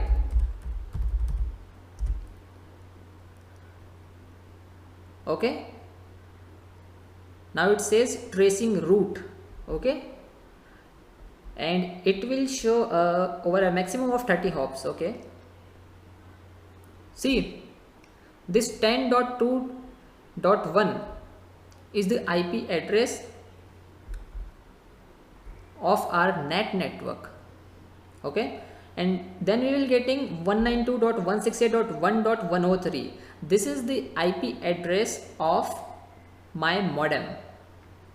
Okay, then we will getting this 100.72.224.1 is another router, and it's showing time here. Okay, total time taken. So let me pause this video for a while because it is going to take a little bit time. The process has been completed and you can see there are total 17 hops. Okay, so a packet is traveling from these points which comes between my PC and my target facebook.com. Okay, now let's see another command, ns lookup. Okay, that is name server lookup. We use it to find out the information about domain name system of our target, right? Now if I type ns lookup and hit enter, it's showing the default server. Okay, that is delcns.ticona.in. so Ticona is my internet service provider. Okay, and this is the default IP address. Okay, now if you remember, we have got this same IP address on our previous experiment, that is when we are tracing route. Okay, see this fourth number IP address, this is same as this one. Okay, so this is the name server for my computer. Okay, now let's try this on our target, that is facebook.com.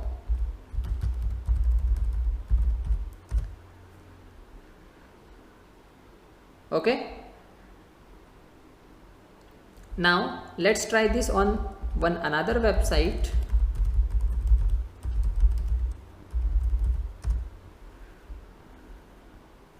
See,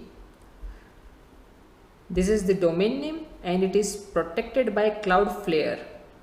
Okay, so we are getting the DNS information here, right? Now let's try to find out CNAME, that is canonical name. Now you might be thinking, what is CNAME? See, suppose there are two domain names, facebook.com and www.facebook.com, pointing towards the same application. So instead of maintaining two different records for DNS, what we can do is we can set a record for facebook.com which is pointing towards the server IP address. Okay, and we will set CNAME record for www.facebook.com pointing towards facebook.com. Okay, so if user run any of these, it will redirect it to the same website. Okay, so this is what a CNAME is. Now let's see how to do this in practical. So set type to CNAME and let's type our target.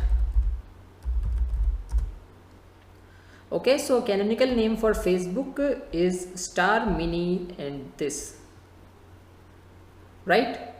And this is the other information, that is the default server of my internet service provider. So NSLOOKUP help us to determine information about domain name system. Okay. Now let's see how we can extract a company's data such as phone number, emails, fax, etc. So we will going to use a tool called Web Data Extractor. Okay, so head up to its website webextractor.com, and if you scroll down you will see two options, purchase and download. Okay, simply click on download. It will redirect you to the download page, and here you will see two different options. The first one is the Pro version, okay, and another one is 8.3. So we have to download the second one. Simply click on this link and the downloading will start. Okay, but I am not going to download this again, right? I have installed it on my PC, the same version, right? That is 8.3. Now let's open this and go to new. Type your target URL here. Okay, so let's target certifiedhacker.com. Okay, leave these options to default, and here you can see that it is asking you that what kind of information you want to extract. Okay, so let's select these three options and click on OK, and now click on start.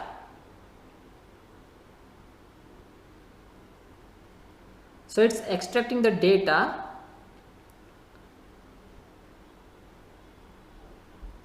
and here you can see that it found one email address. Okay, 4 email address. Okay, the process is not yet completed. These are the contact numbers, these are fax, right? So this is how this tool works. Although you can extract these data manually as well, okay, but for that you have to visit every single page of that website and then find the data. Maybe the phone number is located at the top, or sometime at the bottom of the website, or sometimes it is located in the mid of the website. So this tool will make your job much easier. Okay, see, so this is how this tool actually works. Let's see how we can mirror a website, or should I say how we can copy a website. It's like downloading a website offline. So we will use a tool called httrack.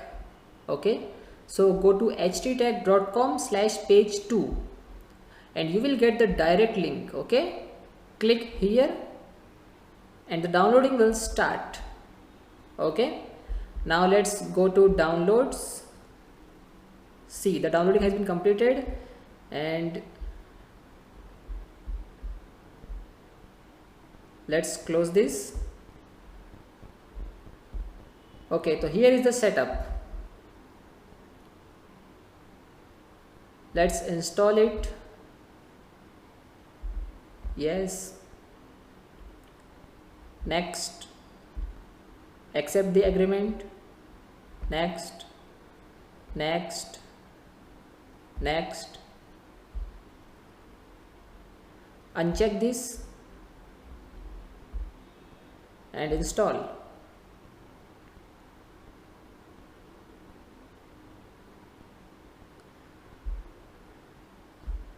Uncheck this and finish. Okay. Now simply click next. Okay, give your project a name like hacking. Okay, it's a new project and this is the default path where our downloaded website is going to be saved. Now click on add URL. So www.certifiedhacker.com. Okay, next and finish. Now we have to wait till this tool completes its job of downloading the website. The process has been completed and now click on finish. Right? Now let's access the downloaded website.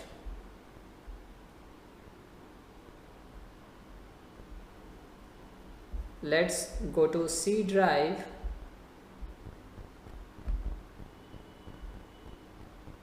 and here my websites.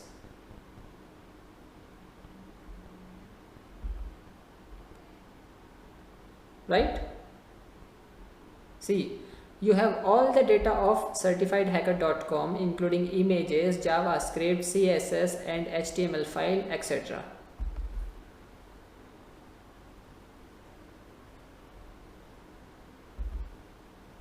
Now let's open this in your browser.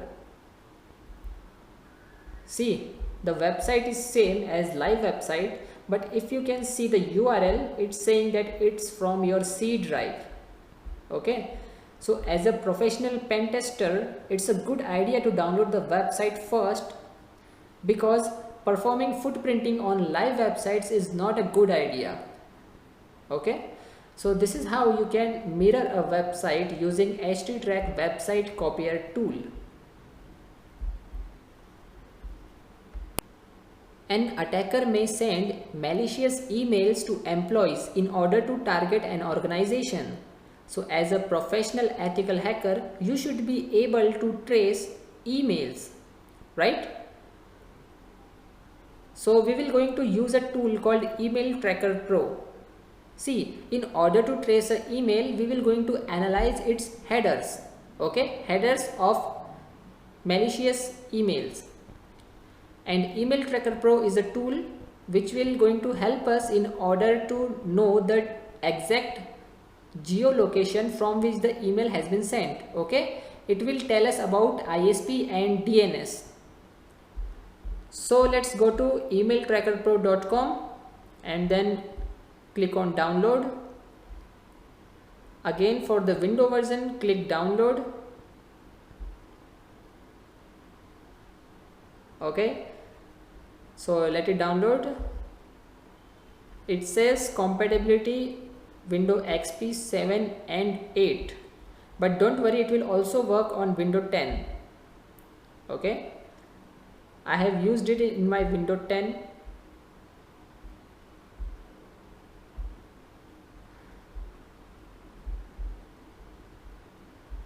Downloading completed. Let's install it. Next. I agree. Next. Next. Install.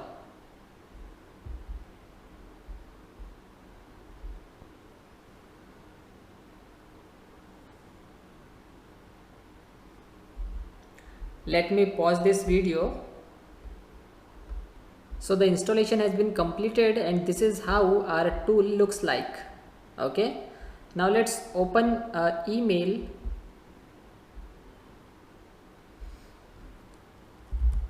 And let me go to gmail.com.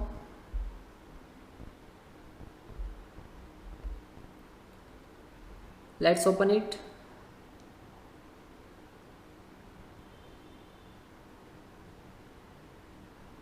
It's loading.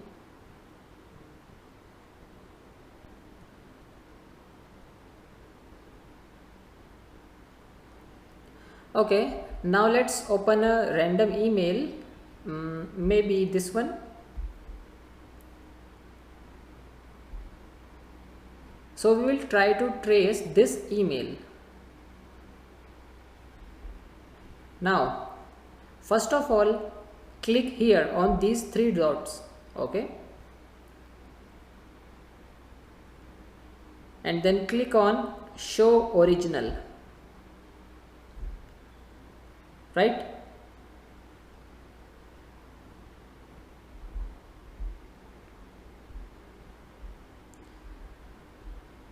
Okay, so we have our original message. Click on copy to clipboard. As I have clicked on copy to clipboard, it has copied the header. Okay, and or you can manually copy this as well. Okay, so this is the header. Right. Now let's move to our tool and go to file, click on trace headers. Okay, and paste the copied header here, and now simply click on trace. Okay, now it will start tracing the email. Go to my trace reports and you will see the progress. Okay,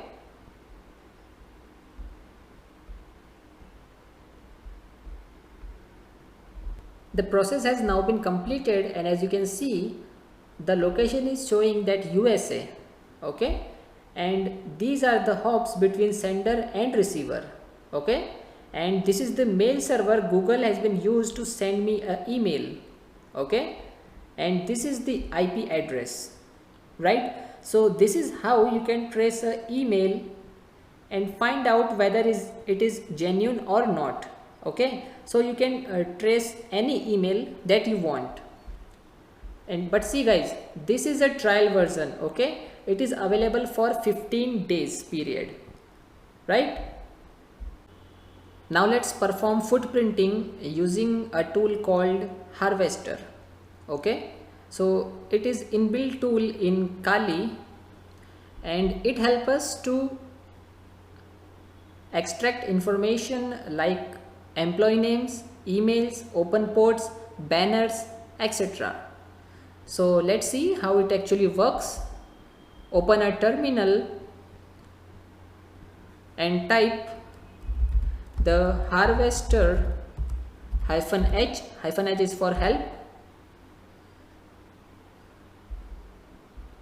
Now here you can see all the available options to be used with this command, right? And in front of the options you will see their descriptions, and here below you will see some examples. Okay, so let's use the first one. Right, the harvester -d is to define the target company. Okay, the website or the domain. Right, so suppose our target domain is microsoft.com. Right, -l is used to limit the results. Okay, and -b is for source, that which kind of source you are using to find all these informations. So in our case we will going to use Google. So let's use it. The harvester -d for domain, our target domain is microsoft.com, and we are limiting the results to around 30, and our source is Google, right? Hit enter and wait for the output. Now as you can see, we have some different IP address here, okay, and we have subdomains as well. So to access support.microsoft.com we can use this IP, okay, and like this IP is associated with this subdomain, right?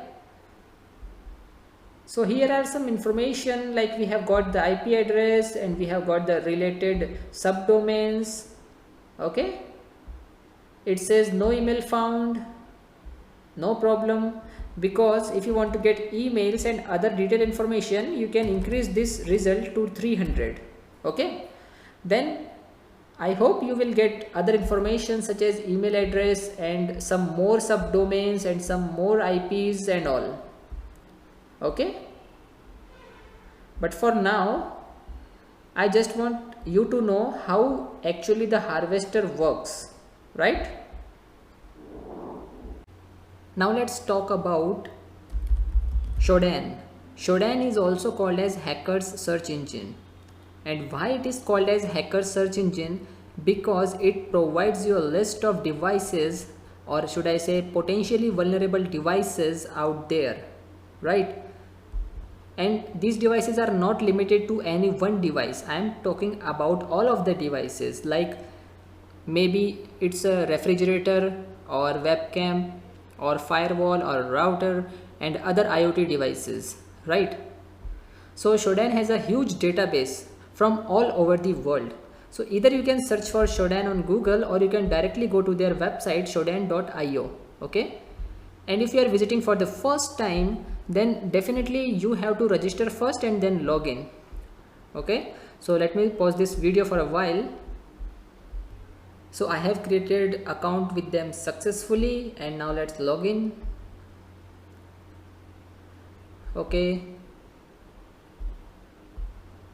Now let's go to shodan.io. Now from here you can search for any device you want, okay. For example, if I search for firewall, now it will give me a list of potentially vulnerable firewalls from all around the world, right? See here, okay, from United States alone this number of firewalls are maybe vulnerable, right? So you can filter from by the name of countries, okay. Now as I say that it is not limited to any one device, right? So you can search for any device you want. For example, let me search for let's say routers,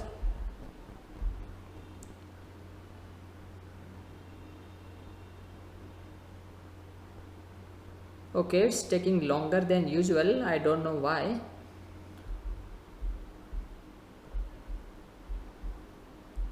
Now here is the list of routers from all around the world that are potentially vulnerable, okay. So here are the rest of the details for that router, okay. So in this way you can search on Shodan, right? Now as it is a free version, so it's give me a limited access, like although it have a list of devices, but it will only show me on first 2 pages. If I go for the third page, it will ask me to pay for it, okay. So the free service has limited in access, right?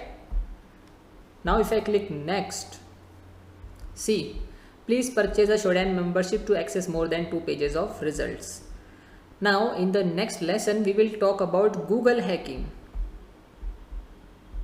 In the previous video we have talked about Shodan, which is also called as hacker's search engine, because it gives you a list of potentially vulnerable devices, right?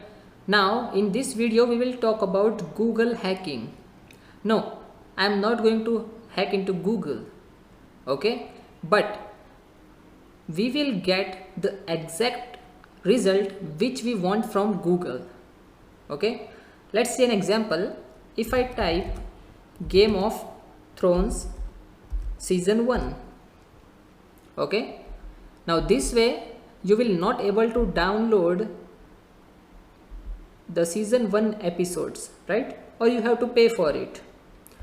But what if I add index off? Now see the difference. Open the first link, let it open.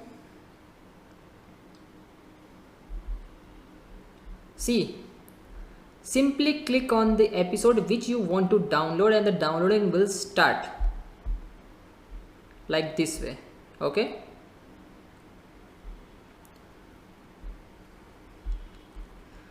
Right? I hope you understand. Now let's go to google.com and search for Google hacking database. Open the first link, that is exploit-db.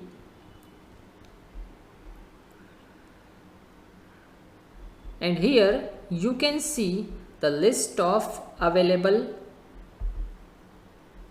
vulnerabilities, right? For example, let's search for webcam, okay, and open this link.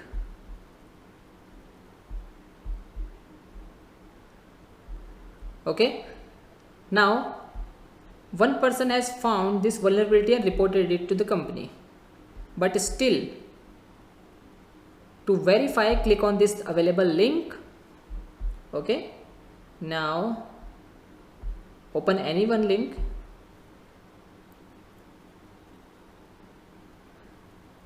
And this way you have access to some cameras.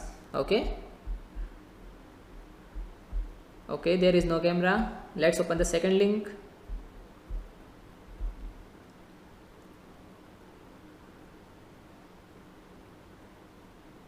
So yes, see, here is a list of all available cameras, okay, whether it is public or private. Now let's open the second link.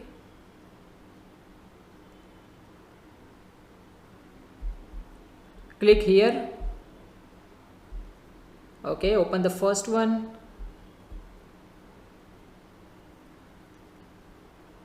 Yes, and now you are watching a live camera. See, okay, you can change it from here as well. Go to source 2.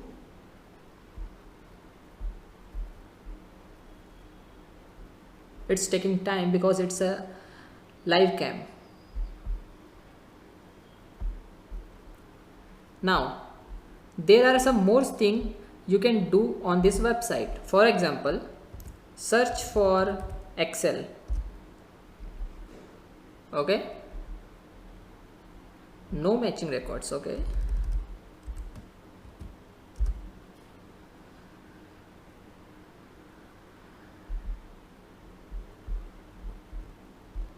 Excel is not working, so I typed PDF.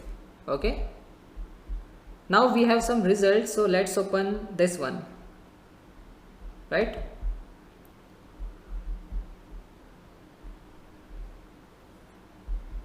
Let it load. It says drive.google.com preview in text movie. That means it contains a link for movies. containing in Google Drive. Okay, now it's not opening, I don't know why. Let's open once again.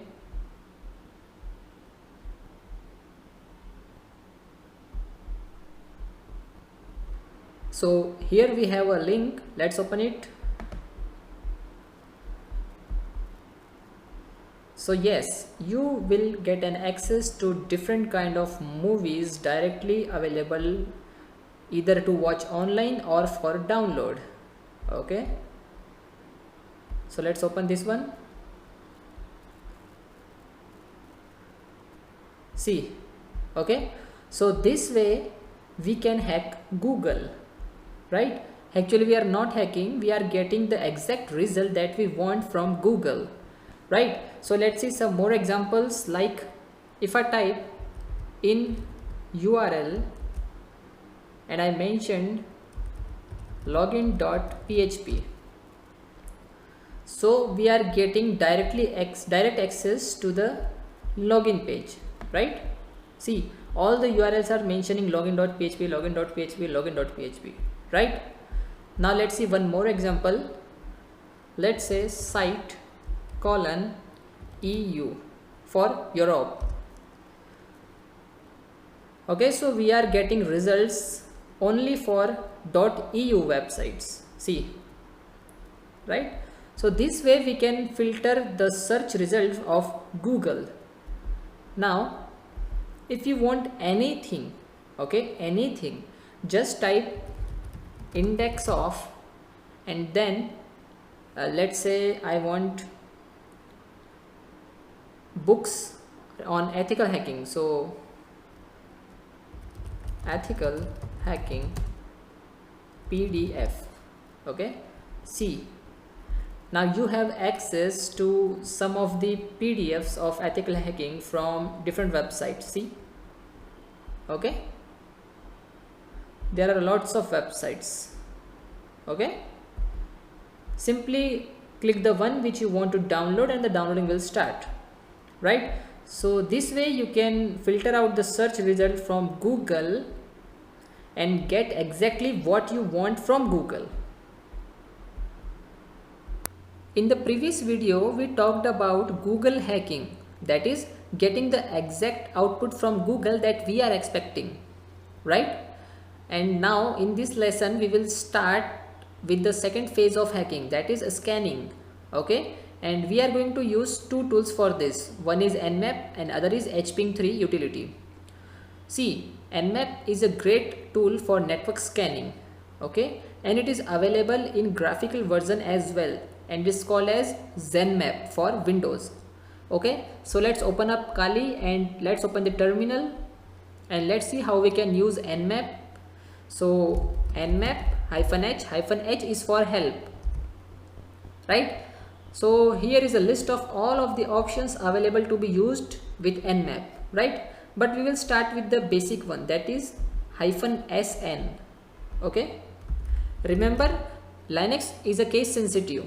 Okay, so -sn is in lowercase and then type your network address, let's say 1/24.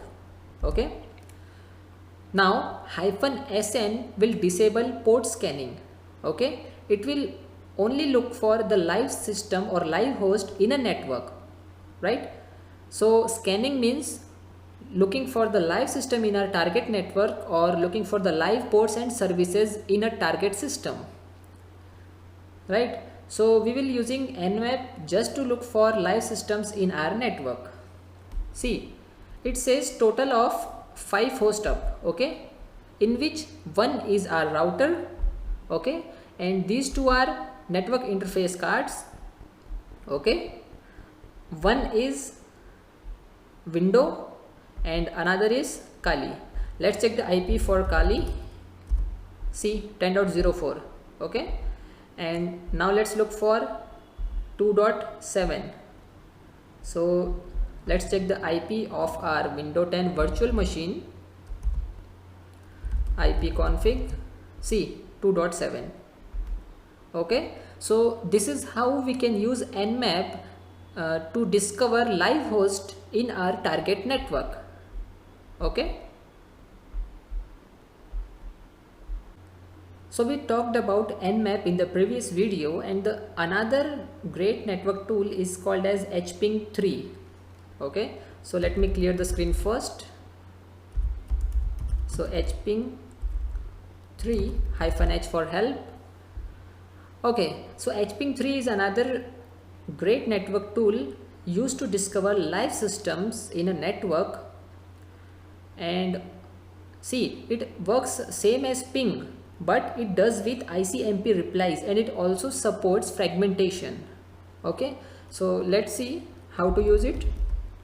So type hping3-1, and then -1 is for ping, and then the IP address. So let's say we are targeting Windows 10. Okay, so yes, we are getting a reply from our target system, and see, it is a little bit different from ping. See, time to live is 128. Okay, ICMP replies, right? So let's stop this process by pressing Ctrl C. Okay, in Linux, whenever you want to stop any process, simply press Ctrl C. Okay, so this is the basic use of hping3 to check whether our target system is live or not in our network.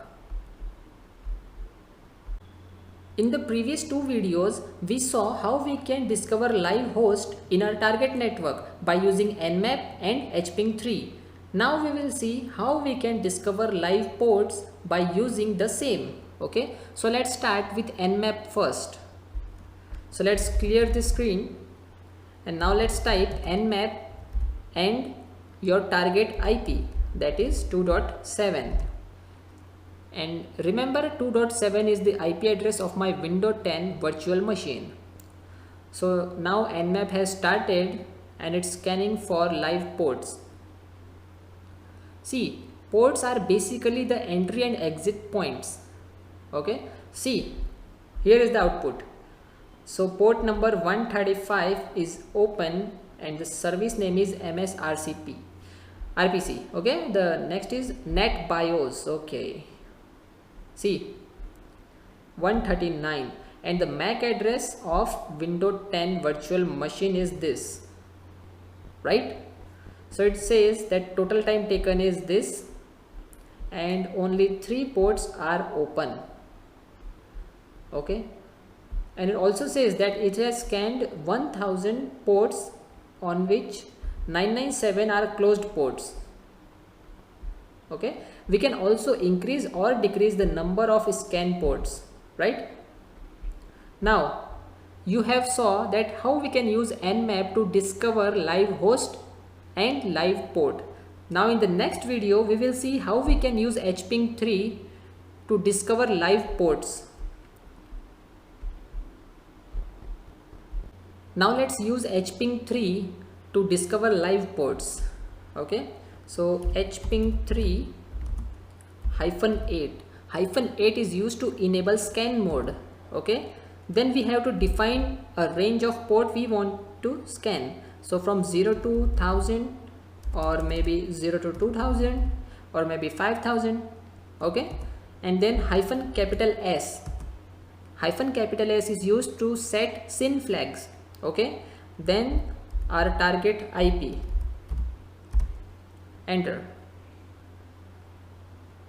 Right, it's showing the same response as the Nmap shows. See, right? Now let's increase the range of ports to 5000.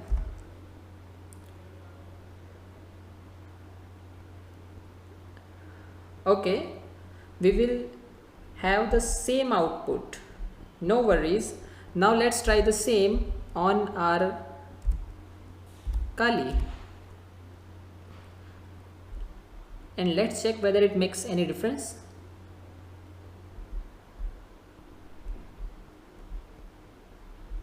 So see the output. Okay, so this much number of ports are responding to our query. So here is the huge list. Okay, so you will get the port number and the service name as well. See, okay, so really it's a big difference from that of Windows 10. So I hope now you know how to use Nmap and hping3 for both discovering live host in a network as well as discovering live ports in our target system. Now let's see some other options to be used with Nmap. So nmap-h, okay,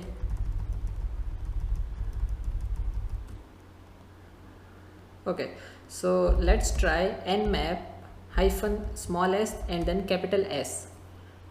Okay, the first one stands for scan and the other one is for SYN. Okay, and then our target IP address. Let's change our target this time. Okay, we are not targeting Windows 10 anymore, and 2.5 is the IP address of my Metasploitable virtual machine. Okay, so let's scan. See, if we don't define the port range, Nmap by default scan for 1000 ports. Okay, now in the next lesson we will see how we can use the graphical version of Nmap, that is ZenMap, for Windows. Okay, and for more information on Nmap you can visit nmap.org. right? Now see, this much of ports are available and are open. Now let's remove -S and type -T, capital T, to filter out result and get a list of TCP only open ports, right? So to scan for TCP only connect ports, we will use -T.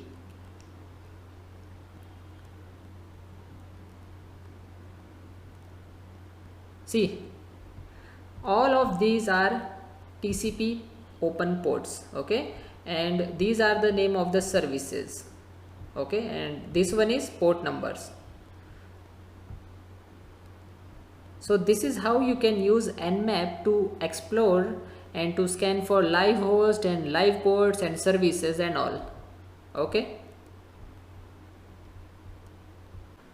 so far we have seen how we can use Nmap in Kali. Now let's see the graphical version of Nmap, that is ZenMap, and let's see how we can use it in Windows 10. So go to Google and type download ZenMap. Now let's open the first link, nmap.org/ZenMap. Now it says you can download ZenMap, often packed with Nmap itself, from the Nmap download page. So click here, and now let's download the latest version of Nmap, that is 7.70. Simply click here and the downloading will start. Okay, now let's see how we can install it. So let's open it. I agree. Next, install. Now the ZenMap is installing.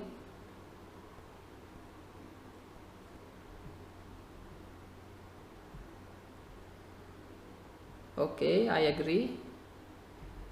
Now it says automatically start the npcap driver at boot time, support loopback traffic. Okay, let's select this one and now click install.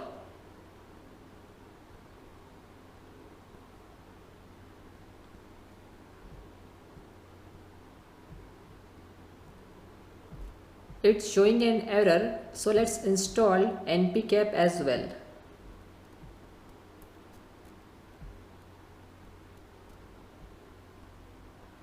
Okay, download.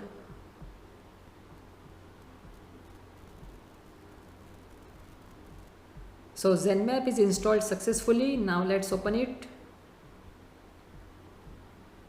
Okay, now here in the target field we have to enter the target IP. Okay, IP of our target machine. So this is the IP of Windows 10 host machine, and let's do there are different types of scans, so let's start with the regular scan. Okay, now if we are using Kali, then we have to use this command to perform regular scan. Okay, let's click on scan, and now Nmap has started its process, and here are various different tabs like for ports or host, for topology, for host details and scans, etc. Okay, so first let's wait for the output. Okay, see, these are the port numbers which are using TCP. Okay, let's filter this result, go to ports. See, the first one is the port number, the second one is the protocol, that is transmission control protocol, then there is a state whether the port is opened or not, then there is a service name. So for example, HTTPS service is using port number 443. Okay, now let's switch to the topology. Okay, so it's showing the correct topology. Now let's go to host details. It says the host is running, total number of open ports are 6, total scan ports are 1000. Okay, now this is the IP address and this is the name of the machine. Okay, target machine, right? Now scans.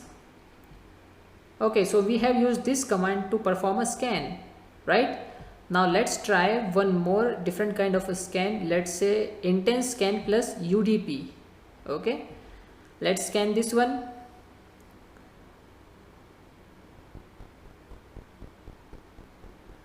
Okay, so it says 148 scripts for scanning. Okay, for this particular command.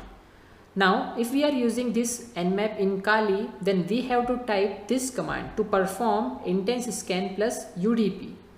Okay, now let's see the results. Okay, now it's still scanning. Now it says UDP scanning initialization. Okay, so it's scanning for UDP. Again, by default Nmap scans for 1000 ports. Okay, so here is the same result that we have got earlier. It says completed UDP scan. Okay, right, so this is how the Zenmap actually works, right? So we have seen how we can perform scanning to detect live host in a network or live ports and services in our target PC or topology. Now we will see how to perform operating system fingerprinting. Okay, so what is operating system fingerprinting?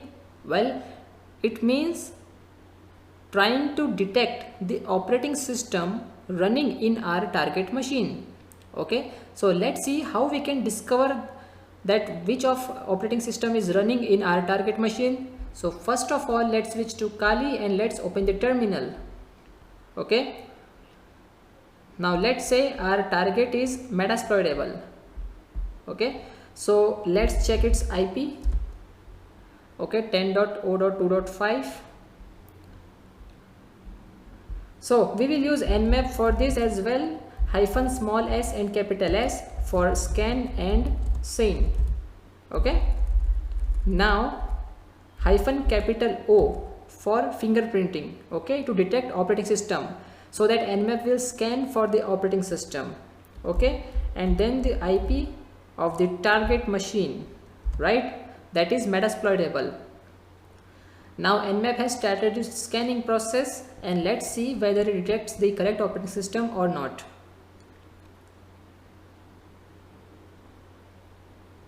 So we have to wait until Nmap finishes its scanning process completely.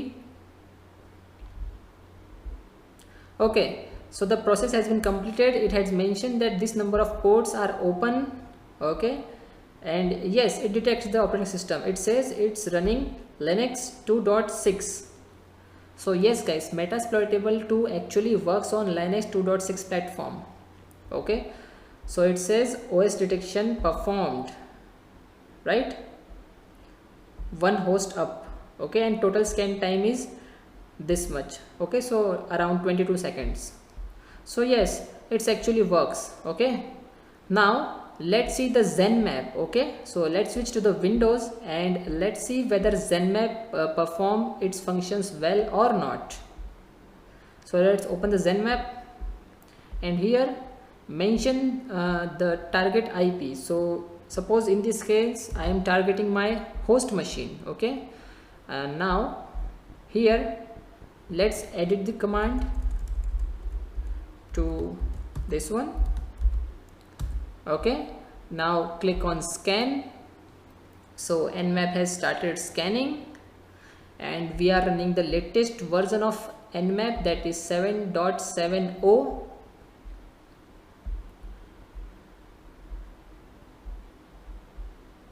and here is the output and it is a little bit confusing. Okay, I think this may be because I have turned on all of my securities like firewall and window defender.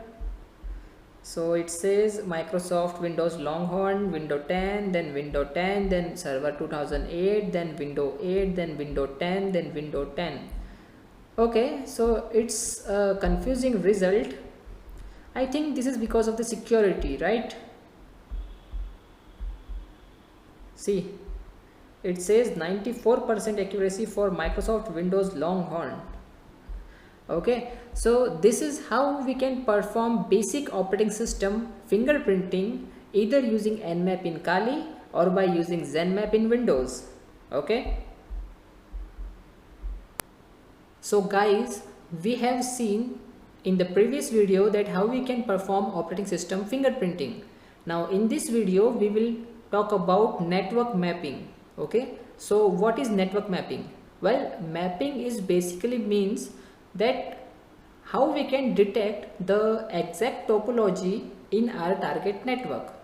Okay, that how are our resources placed in our target network. So for this practical I have turned off all of my virtual machines and I am using my main machine, my physical machine for this practical, and I have connected this to my mobile hotspot. Right, I am doing this just to confirm whether Nmap detects the exact topology or not. Okay, so let's open the ZenMap.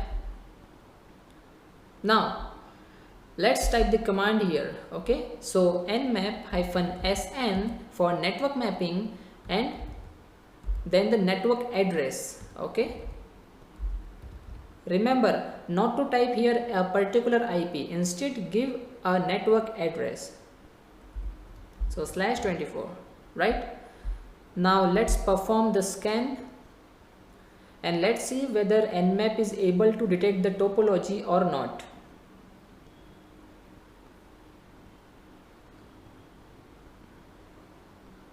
See, the purpose of this lesson is basically a network mapping, right? So it says, see, this is the MAC address of my mobile phone, right? And this is my main machine. Okay, and this is its IP. So it says total 256 IP addresses scanned in 15 seconds and 2 hosts are up. Right, so let's switch to topology and see guys, see, it has detected the exact topology which I have used. Right, I have connected my main machine with my hotspot using wireless adapter. Right, so yes, it works. Okay, so it is able to detect the exact topology used in our target network. Okay, and it is important because by using this we have an idea of how our resources are placed in our target network. Okay, in the previous videos we have learned how to perform footprinting and scanning. Now let's move to the next phase of ethical hacking, which is gaining and maintaining access. So let's start by creating a backdoor. Although there are many free tools available over the internet which help you to generate a backdoor, but there are high chances that if you use them, your backdoor will easily get caught by antivirus programs. Okay, and I am going to create a undetectable backdoor using a framework called wheel. Okay, so let's log into Kali and let's open the terminal. Okay, so first let's open the browser. Now let's download the wheel framework by going to github.com/wheel-framework/wheel. Well, if you don't know about GitHub, then let me tell you, you can assume it as a place where developers host their projects or host their codes or scripts in order to share with people, right? So you take down this URL, okay, note down this URL, that is github.com/wheel-framework/wheel. Okay, now let's scroll down. See guys, in order to download anything from github.com, simply click on this button which says clone or download, right, and copy this path. Okay, now if you scroll down, it will tell you how to install it. Okay, how to install wheel in Kali. Okay, so it says use these two terms, which is --force and --silent. We use --force. Suppose you have already installed wheel and you are installing it again. Okay, so it will overwrite all the existing files there. And --silent is used for to download all the required libraries and scripts with their default settings. Okay, so we have copied the path. Now let's move to our terminal. Let's open a new terminal and type git. Git command is used to download anything from GitHub. Okay, so clone, because we are going to clone a repository, and then the path. Okay, so let's copy the path, scroll up,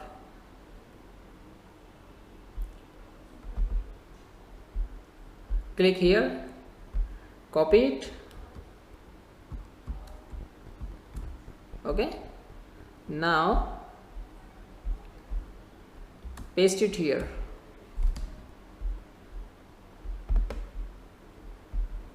Okay, press enter, and it's now started the cloning process for wheel.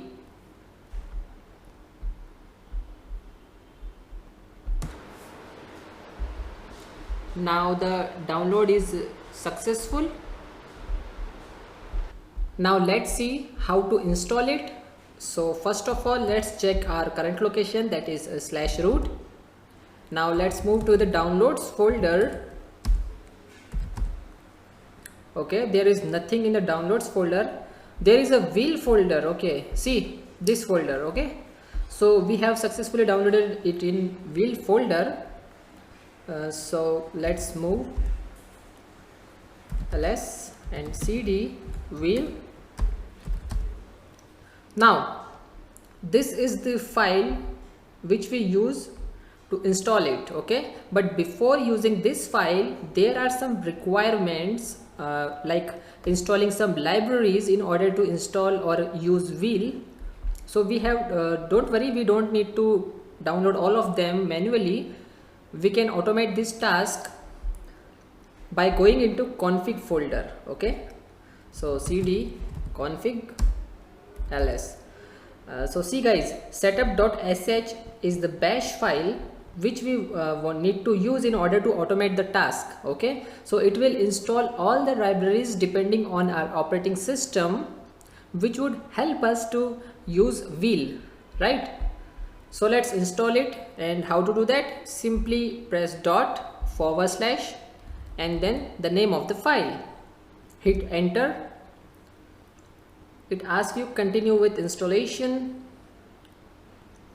Okay guys, see about this. Okay, Let's repeat the command. Now remember, I told you on github.com there are some instructions to install it. Okay, there we found two different options. One is force and other is silent. Okay, so let's use all of them and now hit enter. See, it won't ask me a single question, okay, until the installation completes. Okay, so we have to wait till the process gets completed. Please be patient. See guys, if you are not familiar with what I am doing in Linux, like from navigating one folder to another and creating folders and all, then I advise you to stop watching this lecture and go to the second last section of this course, which is called as Linux for Beginners. So it is a short course on Linux which help you to understand what a Linux is and how to perform basic operations in Linux, right? Sometime you will get this kind of error which says can't find Pi installer. Please enter the directory of Pi installer. So to solve this, you have to follow some steps. So this is the first command you have to type in terminal. Okay, then you have to type the another command. Now leave all these three. Okay, don't use any of these. Okay, let me tell you the third command.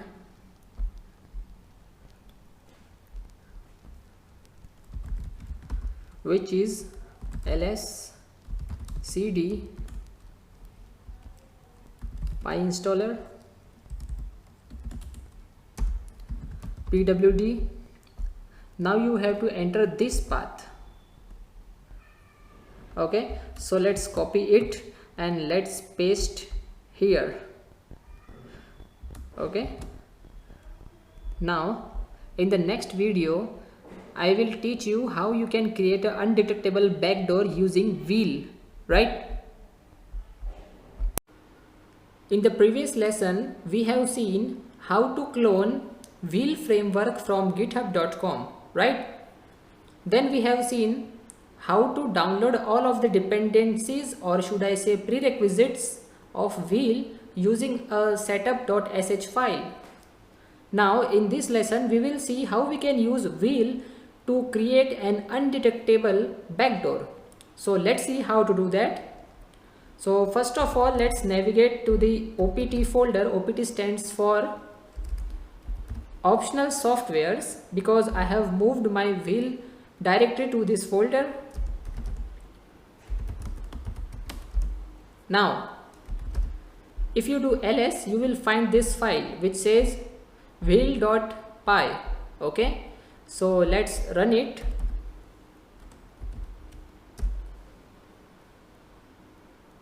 Now it says wheel framework loaded and it mentions two tools loaded. Okay, so the first one is evasion and the second one is ordnance. So we will going to use the first option, which is evasion, to create an undetectable backdoor, right? And the second one, you can assume this option as a helper tool for the first one. And what I mean by that, helper tool is like it will create payloads. So payload is a code inside our backdoor which do evil things, right? So to do all of the evil things, we are going to use a payload, right? And here are some available commands. So exit, simply exit wheel, then information on a specific tool, then list, to list of all available tools, then there is options to show wheel configuration, then update. See guys, it is a very important option. Before creating any backdoor, make sure you run update command in order to update wheel framework, because all of the antivirus programs update every second, right? Update their database every second, right? So it is important to update your wheel in order to create an undetectable backdoor, or should I say malware, right? Then there is last command which says use, to use a specific tool, right? So first of all, let's do list and we have two options. So let's use first one. Now it says there are total of 41 payloads loaded, right? So let's check them out. Now here you see all of them, right? So first of all, let's understand this, what are it means. Okay, so these are generally divided into three parts. Okay, so the first one, this one, is the programming language. Okay, so it's going to use C programming language to, let's say, wrap up our payload. Okay, it's like giving a gift by wrapping up it. Okay, so that the person doesn't know that what's inside it. So this is the programming language which we are going to use to wrap on our payload. Okay, so this is C programming language, then there is Go, then there is other like Perl, PowerShell, etc. Right? So let's understand this one. So the first one is the programming language which help us to wrap up our payload. Okay, so this is the programming language which our target system understand. Then there is Meterpreter. It is a payload which makes using Metasploit framework, right? Now Metasploit is a huge database which is helpful for pen testing purpose, right? I already told you about Metasploit. Now there is Rev. Rev stands for reverse, and then there is http.py. so it is a protocol which we are going to use, right? So what we are actually doing is we are inserting this payload inside our target system, so that when our target run this code, then our backdoor try to establish a connection back to our PC, right? So in this case we are not going to connect to our target, instead our target is going to connect to us. So this way it will be very helpful to bypass so many securities out there. Okay, because we are not targeting our target, instead our target wants to connect to our system. So it's easy for us to not get detected by antivirus or firewalls or defender, etc. Okay, so let's see how to use it. So let's say we will try this option. Okay, we will use Go programming language, and Meterpreter is the payload, and Rev HTTPS. Okay, so let's use it. So use, its number is 15. Okay, so it says these are the options which are available to be used with our backdoor. Okay, we can modify all of these if we want. Okay, the more option you modify, the more secure your backdoor will be. Okay, secure means not get detected by antivirus programs. So let's configure some of these. So this one is important, which is localhost. Okay, so let's configure it. So use command set and then lhost, then the IP of our Kali. So let me open a new terminal and let's check its IP.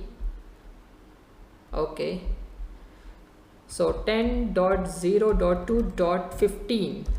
okay, now let's do one more thing and let's configure the local port, which is set to 80.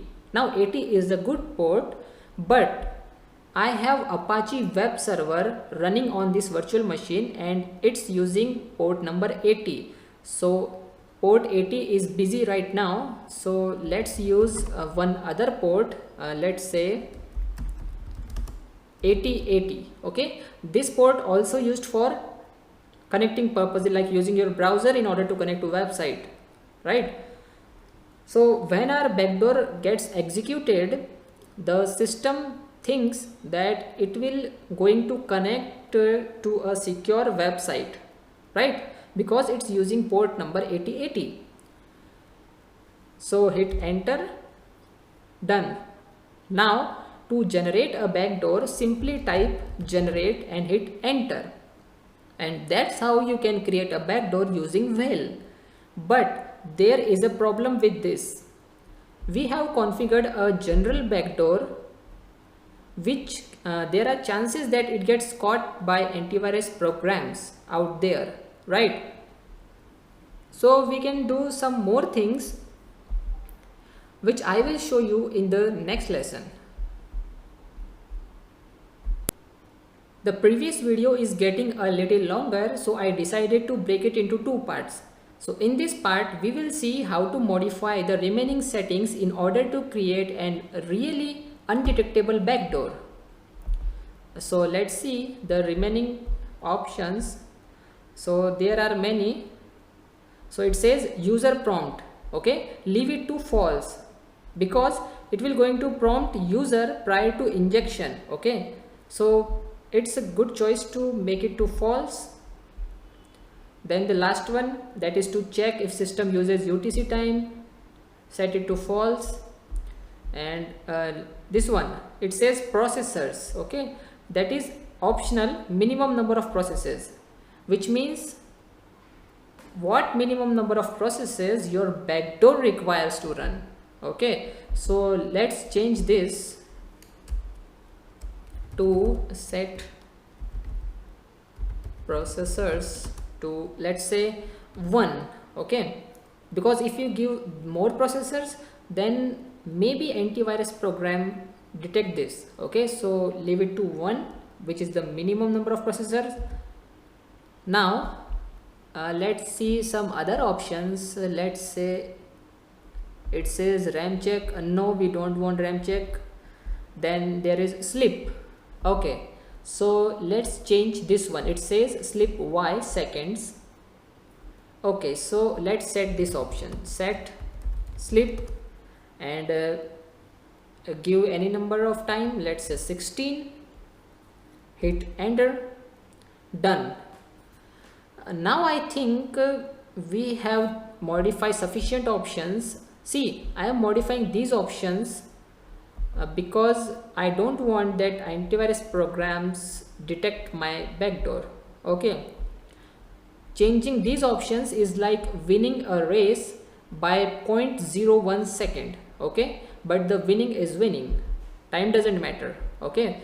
So that's why I changed some of the options here, okay. So now let's check whether our backdoor will get caught by antivirus programs or not. But before, let's generate our backdoor, okay. It says please enter the base name for output file. So let's give it a name, let's say PUBG, okay, and hit enter. Now let's wait for the process to complete. So it has generated our backdoor on this path, okay, and it says hit enter to continue. So let's do that. Now let's copy this path of our backdoor.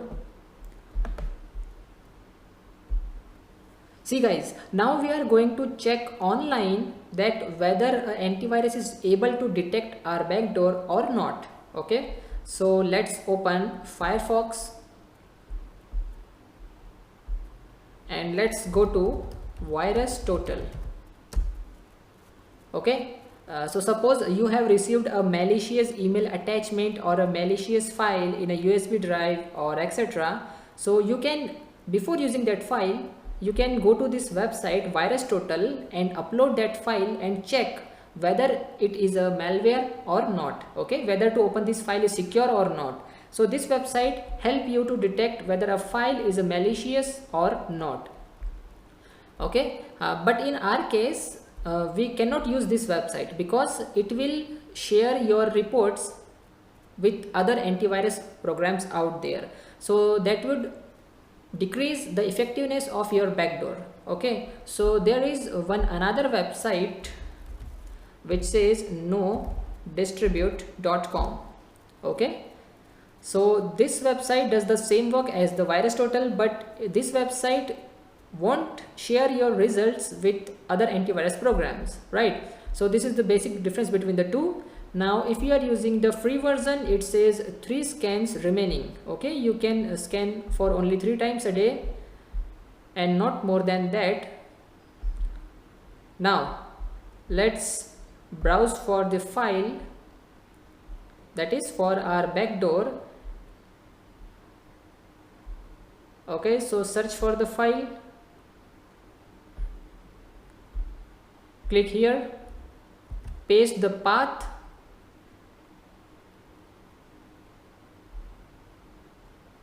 okay, it's searching for desktop only.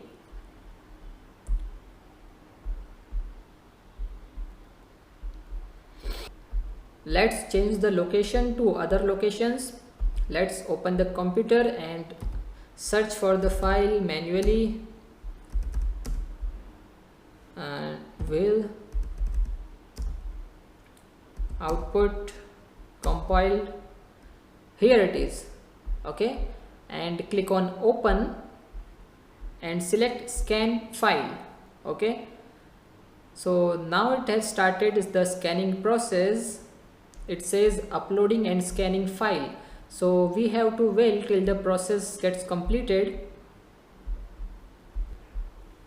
Now after 30 minutes I am still unable to generate reports due to heavy traffic on this website. So I tried on other websites like antiscan.me, but that website says free scan not available for now, come back later. So I decided to do it manually. Okay, so let me turn on my Windows 10 virtual machine and then I will configure my Windows Defender. Okay, and I will also install an antivirus program, and then we will see whether we able to bypass security or not. In the previous video we have seen that how to create a undetectable backdoor. Okay, and now in this video I will show you how to use it, how to use the backdoor by turning on all of the securities in Windows, and we will see still our backdoor is able to bypass all of them, right? So as you know that this is the path for our backdoor. Okay, so first of all let's open a new terminal, and before executing our backdoor we have to start a listening port on our machine, that is attacker machine, because as backdoor runs it will try to connect back to our machine. Okay, so it is important to open a port on which we want to listen, right? So for this we have to use Metasploit framework console, because as you know that at the time of creating a backdoor I have selected Meterpreter as a payload, and Meterpreter is developed by Metasploit community. Okay, so we have to first run Metasploit framework console, then we will start listening on a port which is 8080. Okay, so let it open and let me show you that my Windows 10. So this is my Windows 10 virtual machine, and here you can see here at below that my antivirus program is running and I am using Quick Heal Total Security, and this is my Windows Defender which says real-time protection on and virus and spyware definitions are up to date. Okay, so I have turned on security for Windows 10, right? Now let's go back to Kali. Okay, it says starting the Metasploit framework console. So let it start, and let me open one more terminal and let's copy our backdoor to HTML folder. As I told you earlier that I am going to use Apache web server, which is an inbuilt web server on Kali. So we can use Kali as a website. Okay, so copy where lib will, and then there is output compiled, and then PUBG where www html done. Now I know that it's not a good idea to deliver a backdoor using a website, but as I am showing just for the demonstration purpose, I am using it. But in your case, you have to use your creativity. Maybe you use a USB drive in order to deliver a backdoor to your target system, okay? Or you can use email attachments, etc. It's up to you to show your creativity, right? Now here we have MSF console. So let's use exploit multi handler. Okay, so we are using a module from Metasploit framework, as Metasploit is a huge database for penetration testing. So I am using one of the modules of Metasploit. Okay, done. Now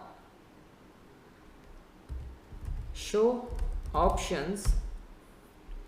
So here we can see we have to configure our local host and local ports. So set lhost and then the IP of Kali, and then set lport, which is 8080. Done, right? Now let's run show options again. Okay guys, so I made a mistake. First of all, we have to set a payload, right? So payload would be Windows Meterpreter and reverse HTTPS, right?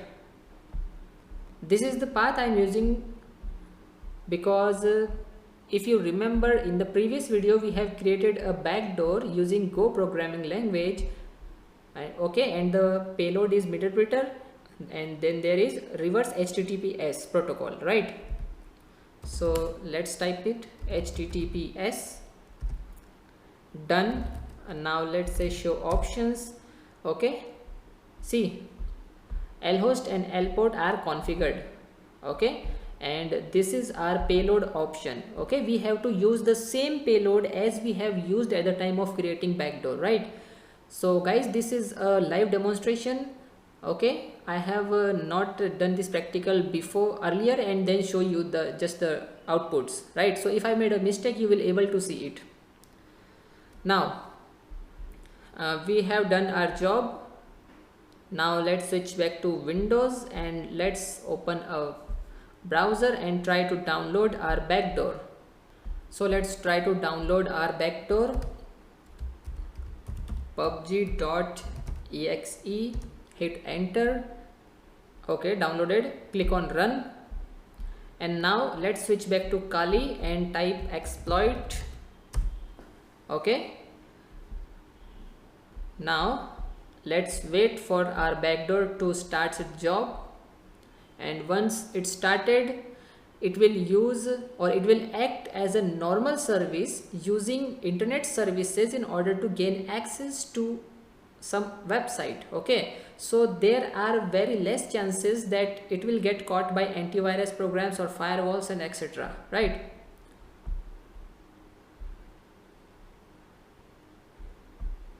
So guys, see, it says Meterpreter session 1 opened.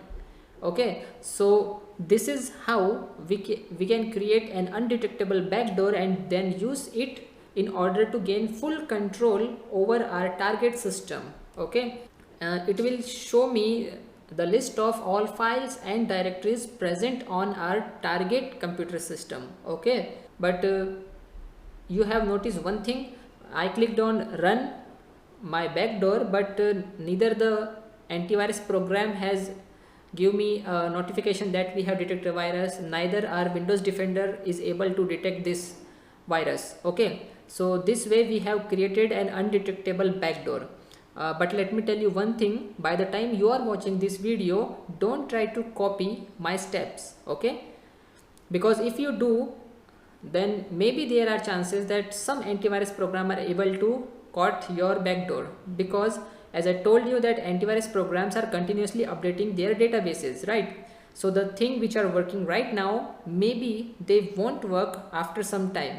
Okay, so use your creativity and try to modify some settings when creating a backdoor. Okay, and if your backdoor gets caught by any antivirus program, then come back to Kali again, try to create a new backdoor by changing different settings, like by changing sleep time to from 15 to 25, then 54, then 61, etc., and test again and again whether this time your backdoor will pass antivirus program or not.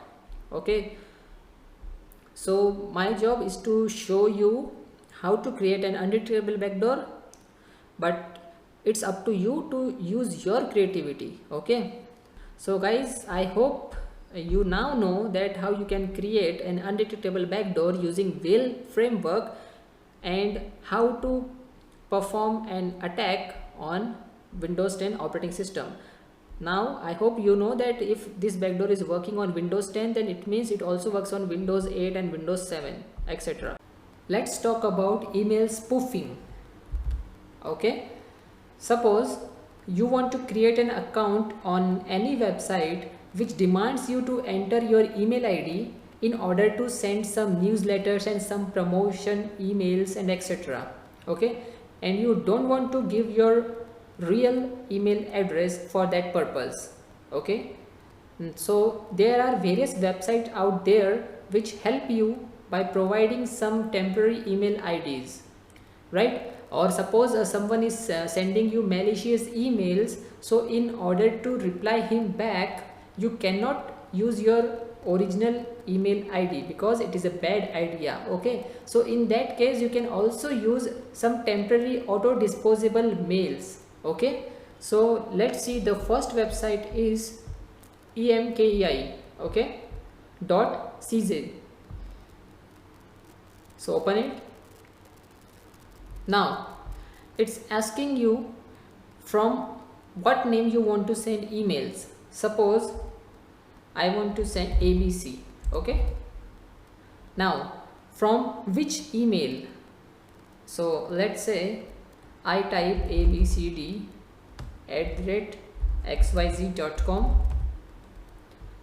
okay, now whom you want to send this email? Okay, so let's enter the destination ID.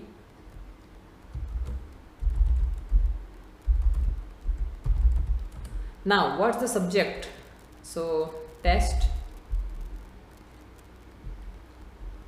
Now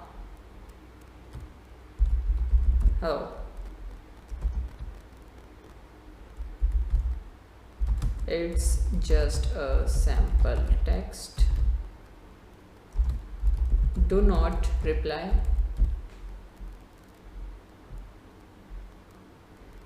Now click on send. Right, now it says email sent successfully. Now let's check whether we received the email or not. So this is the destination email address. Let's refresh this. Okay, we have not received the mail in inbox, so let's check for the spam.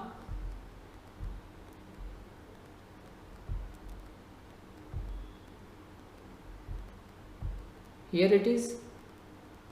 See, we have received this email in spam because Gmail says it could not verify that it actually came from xyz.com. Okay, so let's try one more example, like my name and now email ID this time. Suppose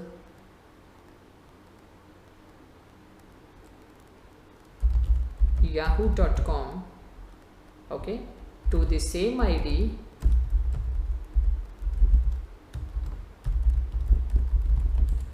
Okay, same subject, demo, and say hello. Let's send it,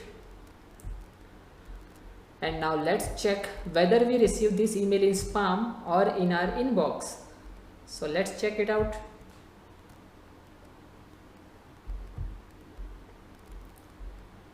Let's check for the inbox.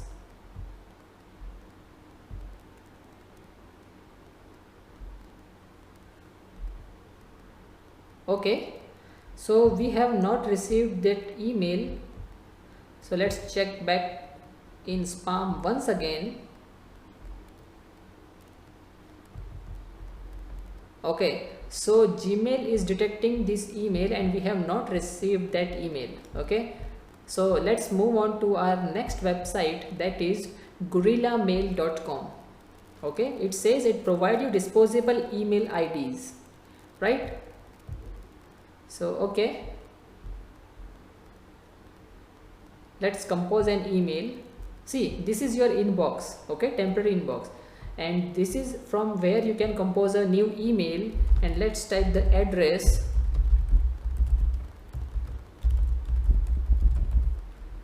subject demo, and message hello. So that's it. Click on send. Okay, I am not a robot.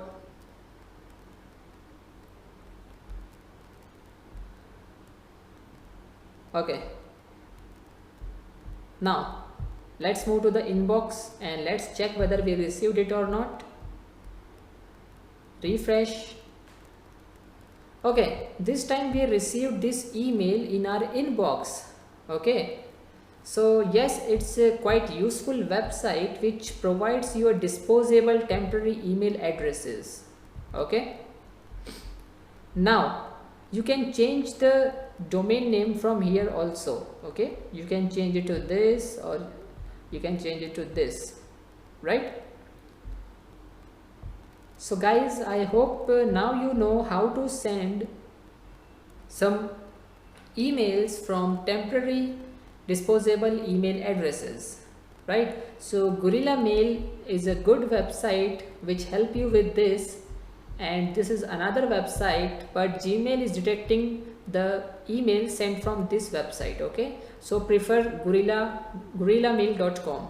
Okay, now let me tell you one important thing, guys. If you are learning ethical hacking, then you must start using some other email services rather than using Gmail. Okay, I know Gmail is very secure, but still there are chances that someone get access to your Gmail account by accessing forget password and by bypassing some security steps there, or maybe anyone can recover your Gmail data in forensics as well. Okay, so if you want to prevent your privacy, okay, so you have to visit protonmail.com.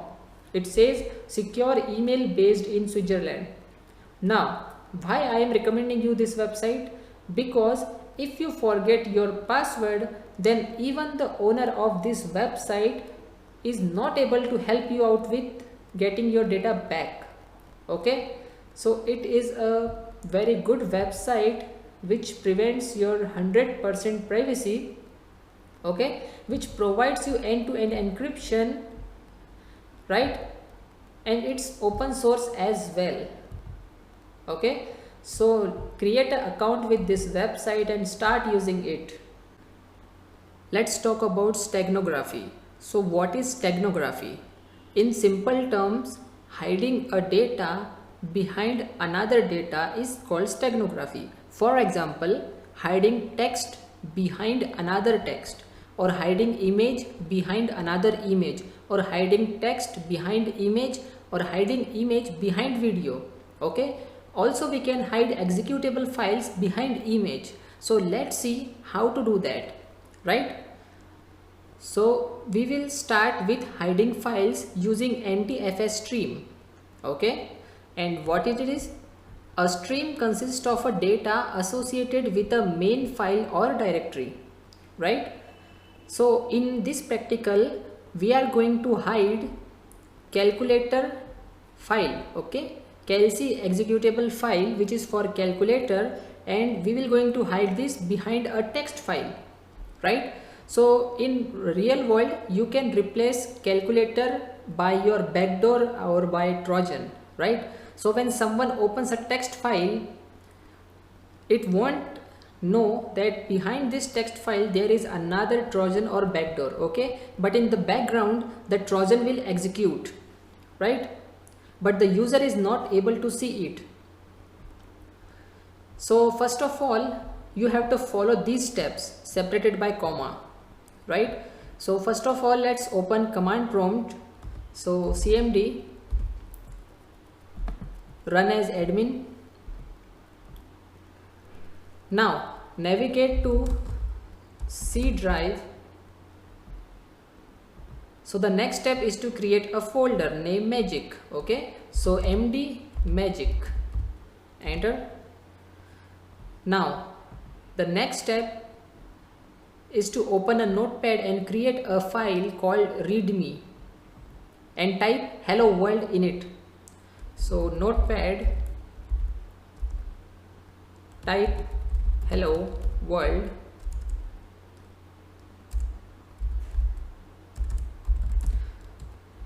right? Now save this file into magic folder, save.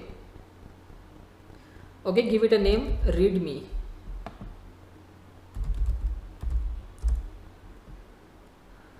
Now press dir to list all the directories. First of all, let's navigate to magic folder and now type dir. See, here is the readme file we have recently created and its size is 13 bytes. Remember this size, okay? Now the next step is to copy calculator to magic folder. Okay, so the executable file for calculator is calc.exe. So there are two ways to do this. Either you can use command prompt or you can navigate to the C drive, go to Windows and search for system32 and search for calc. Okay, copy this, go to C drive, magic folder and paste here. Okay, see the size of calculator file is 27 KB. Okay, now the next step is to type this command. So let's do that. So type C:\magic calc greater than, again C:\magic, then the file name calc.exe. Okay, so we are actually hiding calculator behind our text file. Done. Now the next step is to check the size of the file. So dir, see guys, the size of the file 13 bytes is the same as earlier. Instead we have attached this calculator file behind this text file, but still the size of the file has not yet increased, right? So nobody knows that behind this 13 bytes file there is a 27 KB file attached, right? Now let's delete calculator file. Okay, so go to magic folder and delete this file. Now the last command is to create a symbolic link. Okay, so let's do that. mklink, let's name it backdoor.exe, then the name of the file readme.txt:calc.txt. see, it says symbolic link created for backdoor. Now let's see the magic. When someone opens this file, okay, or if someone execute this file, okay, suppose I type backdoor.exe which is attached to readme.txt, okay, but in actually in the background calculator will be executed. Okay, so if we type backdoor.exe we will see a calculator opening. Okay, so let's enter.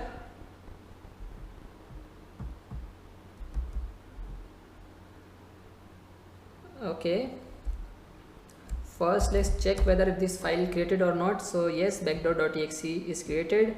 Now let's run backdoor.exe. See, we have opened the file backdoor, but actually calculators opens. So this way we can attach an executable file behind a text file. Okay, so when your target actually runs another file, that is backdoor, our real file which is hidden, in this case it is calculator, so it will open, right? So this is how we can hide data or files using NTFS stream. Now in the next video I will show you how to hide some data using white space steganography. Let's see another example of steganography. So this time we will hide data using white space steganography, and for this copy SnowDOS to C drive. Now I have attached SnowDOS with this lecture, so you can download it from resources, okay, and then copy this to C drive. Now let me increase the font size in command prompt. Let's say 20. Okay, now C backslash. Let's move to the snow folder, check directories. Okay, so we have one important file here called snow.exe. Okay, so we will going to use this file. Now let's follow these steps. Okay, so type notepad and create a file. So notepad, create a file, let's say hello world, etc. Save this file in C drive and under snow folder, and with a name let's say readme.txt. okay, now the next step is to run this command. Okay, so snow -c-m. Now enter your secret data here between double quotes. Okay, so my Swiss bank account number is something like this. Okay,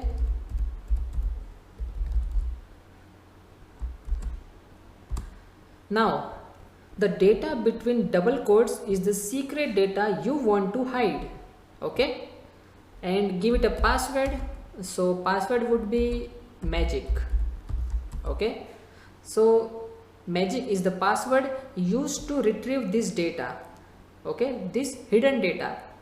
Now mention the file name, that is readme.txt, and give a new file name, so readme2.txt.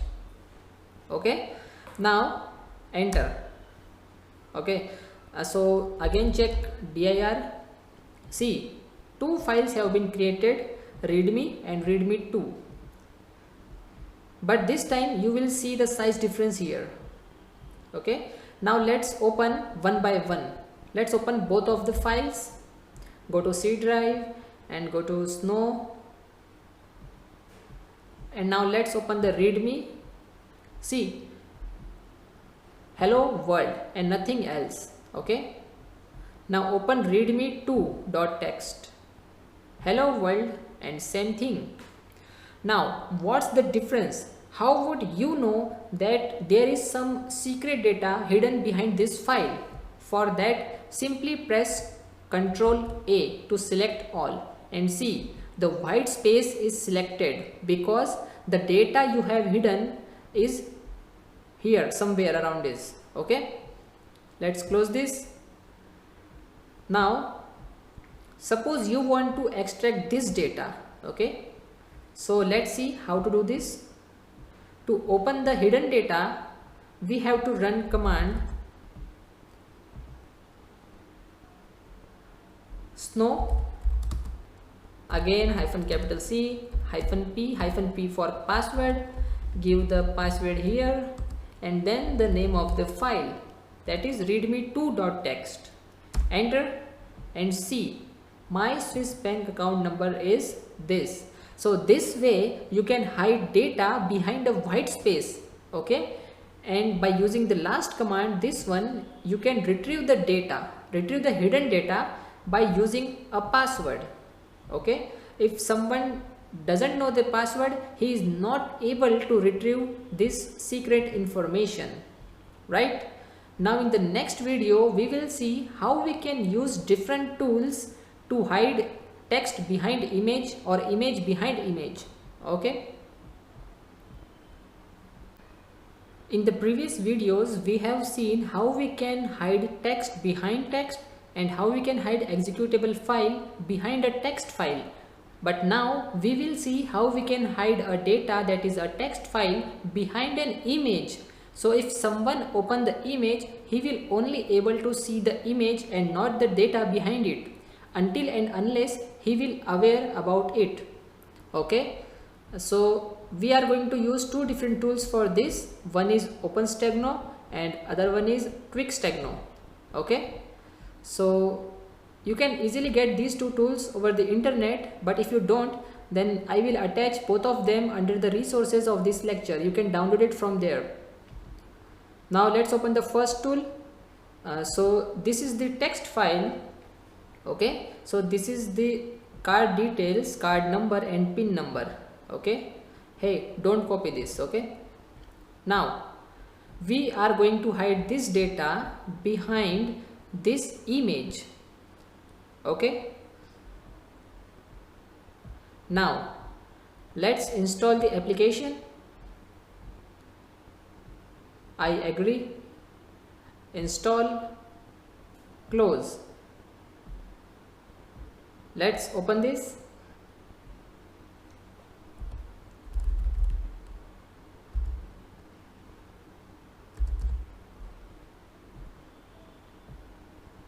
Let's run once again. I agree, install, close.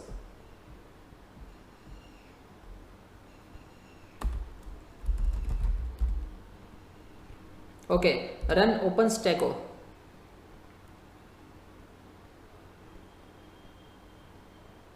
I don't know why it opens. It didn't open at the first time, but now it's working.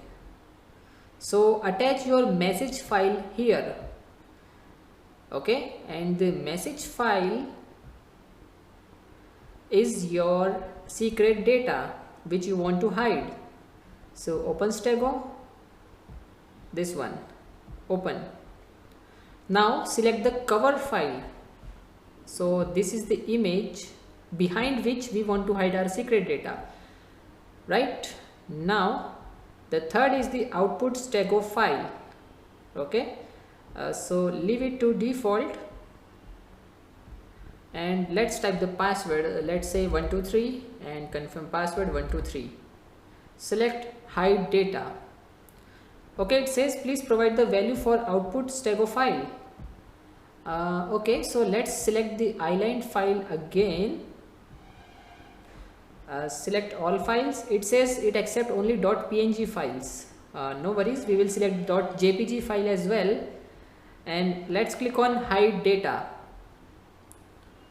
Now it's processing and let's for okay, so completed, right? Now if someone open this image, he will only able to see the image and not the data behind it. Okay, so but now if you receive this image, then how will you extract the data behind it? Okay, so let's open the tool, select the extract data file. Okay, and then select your output file behind which we have hidden the data. And now it says output folder for message file. Okay, so select the folder. Let's say we will select OpenStegno. Okay, so open. Now you have to mention the exact password which we have used for hiding the data, otherwise you will not able to extract the data, right? So enter the password and click on extract data. It says file new text document already exists, overwrite yes. See, it says file already exists because I have selected the same folder for the extraction of data, but you can try the another folder, okay, so that it will extract this file and save it under the new location which you have selected. Okay, so this way you can hide data behind image and extract the already hidden data, right? So in the next video we will see how we can use quick stego. Okay, in the previous lesson we have seen how we can use OpenStego in order to hide a data behind the image, and in this practical we will see how we can use quick stego for the same purpose. So let's install it. Next, accept the agreement, again next, next, and install. Click on finish and let's open the tool. Now let's open the image first. So let's move to quick stego and open this image. Now open the text file. So here it is. So we are going to hide this data behind this image. Okay, simply click on hide text. Now it says the text message is now hidden in image. Okay, let's clear this and click on save image, right? Save it in the same folder. Okay, now close this. Now if someone opens the image, the new image, okay, he never knows that a secret data is hidden behind this file. Okay, but as you are an ethical hacker, you can move to this tool, open the image in order to extract data. Okay, select the file. Okay, the first one. Okay, open the first file. See, you have got the data, right? So this way you can use quick stego to hide data and to extract data which is hidden behind an image. In the previous videos we have seen how we can use different tools and techniques for steganography. Now, as a security expert, how would you detect some hidden files, okay, already hidden files in a particular folder or a particular drive? So in this lesson we will see a tool called ADSpy, okay, ADS spy. ADS stands for alternate data streams, right? This tool will help us to detect hidden files and also help us to delete them, right? So let's see how it works. See, this is how it looks. Okay, nothing special, just the basic options like quick scan, okay, for Windows based folder only, full scan, scan only a particular folders, etc. Now we will go with full scan. Okay, so it will going to scan all NTFS drives. To start scanning, simply click on this button which says scan the system for alternate data stream, right? See, it has detected some of the files that we have hidden previously, right? Now either you can wait for the scan to complete, but it will actually going to take a lot of time, right? Because it will going to scan each and every file and folder in your system. So for now let's abort scan. Okay, and to delete hidden files, simply check on the files which you want to delete and click on here, remove selected streams. Okay, they will be deleted permanently. Yes, right? So this is how ADS spy works. Now let's talk about keyloggers. So what is a keylogger? Keylogger is a computer program that record every keystroke made by a computer user. Okay, so we can use keylogger for different purposes. For example, you can install keylogger into your target system in order to monitor its activity or to steal some confidential information, right? You can also use keylogger on your own computer, because if someone else is using your computer, then you must know that what he has done in your computer. Okay, so keylogger records every keystroke. Sometimes it also takes some screenshots. So if someone is using your PC and he opens Facebook and type his username and password, then you will able to get all this information in plain text format, right? So it is a good idea to use keylogger in our own computer system. Now there are various keyloggers available over the internet, but the one which I personally use is called as all-in-one keylogger. So head up to your browser and type download all-in-one keylogger. Open the first link and simply click on download keylogger, this green button. Okay, remember this password, okay, because when you download this tool, it's in a zip format, so when you extract it, it will ask for a password. Okay, so click on this and the downloading will start. As I have already downloaded this in my PC and it's around 4 MB only. Okay, and it works on all kind of window versions like XP, Vista, 7, 8, 10, etc. Now let's see how we can use all-in-one keylogger. So I extracted the folder and now let's install it. Yes.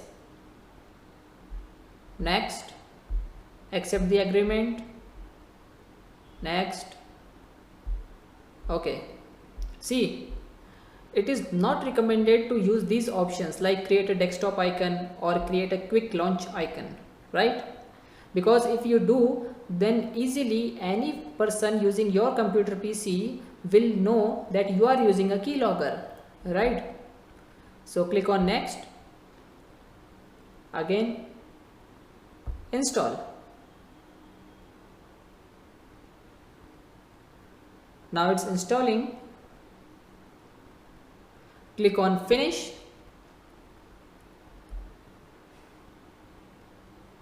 Now the application will launch itself for the first time. So let's wait for it.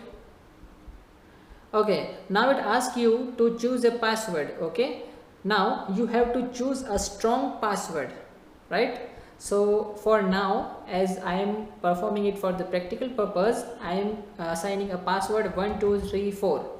Okay, click on save.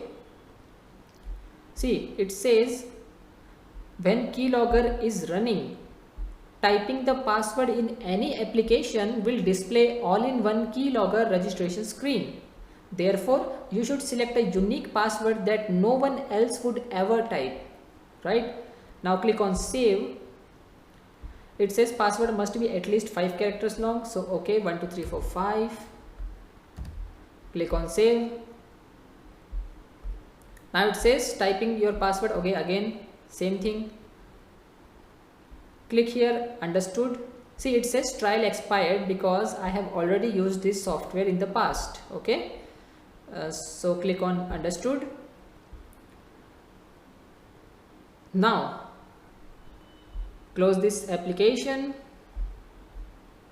Okay, let it open. Now let's open Notepad and let's say I am typing something and by mistake I have typed my password for keylogger. See, it opens the keylogger screen.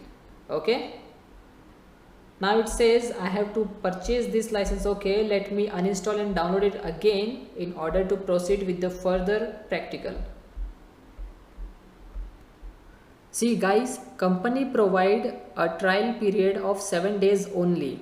So I have installed keylogger in my Windows 10 virtual machine instead of using it on my physical machine, so that it won't ask me to purchase a license key, right? So I have installed it and I am continuing with the same password, that is 12345, and let's save it. Okay, I understood. Now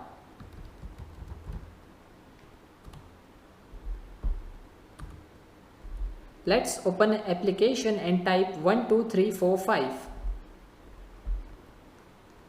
So notepad. See, I am taking notepad as an example. Okay, you can use it anywhere. You can use it in Word or any other application, right? So let's open the notepad.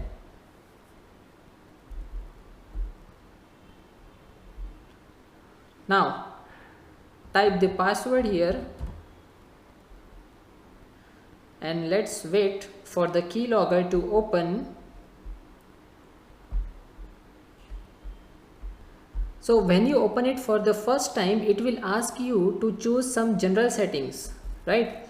So let's see this one. It says hide program tray icon, because if you can see here, it says that the keylogger is running. Okay, so to hide this, you can select this option to make it more secure. Now there are some other settings as well, like log maintenance, okay, where to save log files, and some other settings. Okay, but for now I am proceeding with the default settings. So for now, let's close this box and let's perform some activities, like press enter and type something like 00000. Okay, now let's open the keylogger again to check whether it has captured our activities or not. So close this box. Now click here, open log viewer. Okay, it will open up another dialog box. Now close this. Click here to view textual logs. See, it has recorded when we have started logging, then we have opened notepad, then we have logged in for the first time. Okay, then we have clicked on these options, right? Then we have again opened notepad, and then we have opened message box of all-in-one keylogger. So it started recording all the logs. Let's move down. It says admin ideal time 4 minutes from total of 7 minutes. Okay, now let's see some of the web activities. Okay, so no web activity. Let's see some screenshots. See, it has taken the screenshot. As far as I have pressed enter, it has taken the screenshot, right? Now whenever I press enter, or I have pressed something like, or something like a new dialog box opens, it will capture that too. Okay, so this is how it works. It can also record audio. Okay, and also it can record webcam logs. All right, so see, there are so many options. Okay, so it's a good idea to use keyloggers in our own system, right? Now in the next video, I will show you some of the dangerous scripts which can destroy your target computer system, right? In this lesson, we will see how we can extract the exact password, okay, of Windows user, right? In the previous videos, we have seen how we can reset the password for users, either for standard user or for administrator user. But now we will not going to reset the password. Instead, we are going to extract the exact password. Okay, we will extract the original password. Okay, so let's see how to do this. For this, we are going to use 3 different tools. First one is pwdump7. Okay, so we are actually going to dumping and cracking the password hashes, right? So there is a database, SAM database in your system. Okay, it stands for security account manager, right? So SAM database is present in your Windows operating system, which contain your user account details and password descriptors, right? Security descriptors. So it will contain your password in hashes, either on LM hashes or on anti-LM hashes. Okay, then we will use a tool called WinRTGen, that is window rainbow table generator, right? So it will going to generate a table based on our specifications, and it will create a password list, right? Then we will use rainbow crack tool, okay, in order to extract the original password in plain text format from the hashes that we have dumped, right? So let's see how to do this. First of all, let's open command prompt and run as administrator. Yes. Now let's go to the C drive and let's move to pwdump7. Okay, to download pwdump7, simply go to Google and type download pwdump7. Okay, and if you don't find it over the internet, then ask me, I will share a link with you. Now let's run the executable file. Okay, see, this is the author name. So when you go to internet to download pwdump7, just verify whether you are visiting the original website or not, right? Now it says yes, here is the password, okay, for the one of the user on my main machine, right? So let's save these passwords in a file called hashes.txt, right? And let's assign location, which is c:\pwdump7 / and then hashes.txt. Hit enter. Done. Now let's go to our window rainbow table generator. So C drive and then WinRTGen, here it is. Okay, so let's run this application, and now let's create a password table. Go to add table, select the hash form, so let's say NTLM, select the minimum length, okay, to maximum length, let's say 4. Now it's asking for the total count, okay, total chain count. So let's say 40,000 or 4 lakh is sufficient. Okay, see, the more the chain count, the more are the possibilities that we are going to get the exact password in plain text format, right? Now here you can select character set. So it says alpha, which means all alphabets in capital letters, okay, or you can go for lower alpha, where that means all alphabets are in lowercase, but we will go with numeric. Okay, as it is a demonstration, then I know my password, so I will go with numeric one. Okay, just click on OK, right, and then again click on OK. Okay, so see guys, it has started its process, but it will going to take some time. So let me pause this video till then. Finally we have generated rainbow table. Okay, now I have used a tool called window rainbow table generator, but you can also use command prompt, okay, to generate a rainbow table. Okay, so let's see how to do it. See, rtgen is the command for this. Okay, so rtgen, then define your hash type, whether it is LM or NTLM or MD5, etc. Okay, then define what kind of rainbow table you want to generate, like numeric, alphanumeric, etc. Okay, then this is the minimum number of length. Okay, and this defines the maximum number of length of the password, right? Then keep it 0, and this is the number of passwords you want to generate in total. Okay, so let's say you want to generate the total number of passwords to 90,000. Okay, so let's change it to 90,000. Okay, and then define numbers like 0, 1, 2, 3, 4, 5, 6, 7, 8, 9, 10. okay, and then leave the last option to 0. This way you will able to generate a table with 90,000 passwords which are the combination of these numbers, right?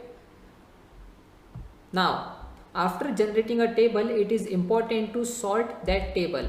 So to sort a table, we will use the command rt sort, okay, rainbow table sort, and then the name of the file. Okay, let's close this. Now let's open rainbow crack tool. So here it is. Let's run the application. So this is our rainbow crack tool which help us to extract password from hashes into plain text. Okay, so let's see how to do this. First of all, let's say add hash. Okay, and now let's open our hash file which is in pwdum7. So this is pwdum7. Let's open hashes file. Right, now let's copy this one. Okay, let's copy this hash, because the rest of the users like administrator, guest has no password, right? But Dell user has a password. That's why I picked up this hash. Okay, now paste here, click OK. Now go to rainbow table, search for rainbow tables. So let's say I want to open this file, okay, because it's a short file, right? If we go for this long file which I have generated some time ago, then it will going to take around 15 to 20 minutes or more just to scan this file, right? But my aim is to show you a demo of how actually the rainbow crack tool works, right? So let's open this file. See, it has detected our password, and password is 123, right? Now I have not changed password for this demonstration purpose, but I am actually using this simple password from last 6 months. Okay, now let's verify whether this password works or not. So let's log out, okay, and type 123. Okay, see, 123. Okay, so this way you can extract the exact password or the original password in plain text from hashes. So pwdum help you for dumping hashes, and then window rtgen table tool help you to generate rainbow tables, and then rainbow crack helps you to extract plain text passwords from that generated table, right? So I hope now you know how to use pwdum7, winrtgen and rainbow crack.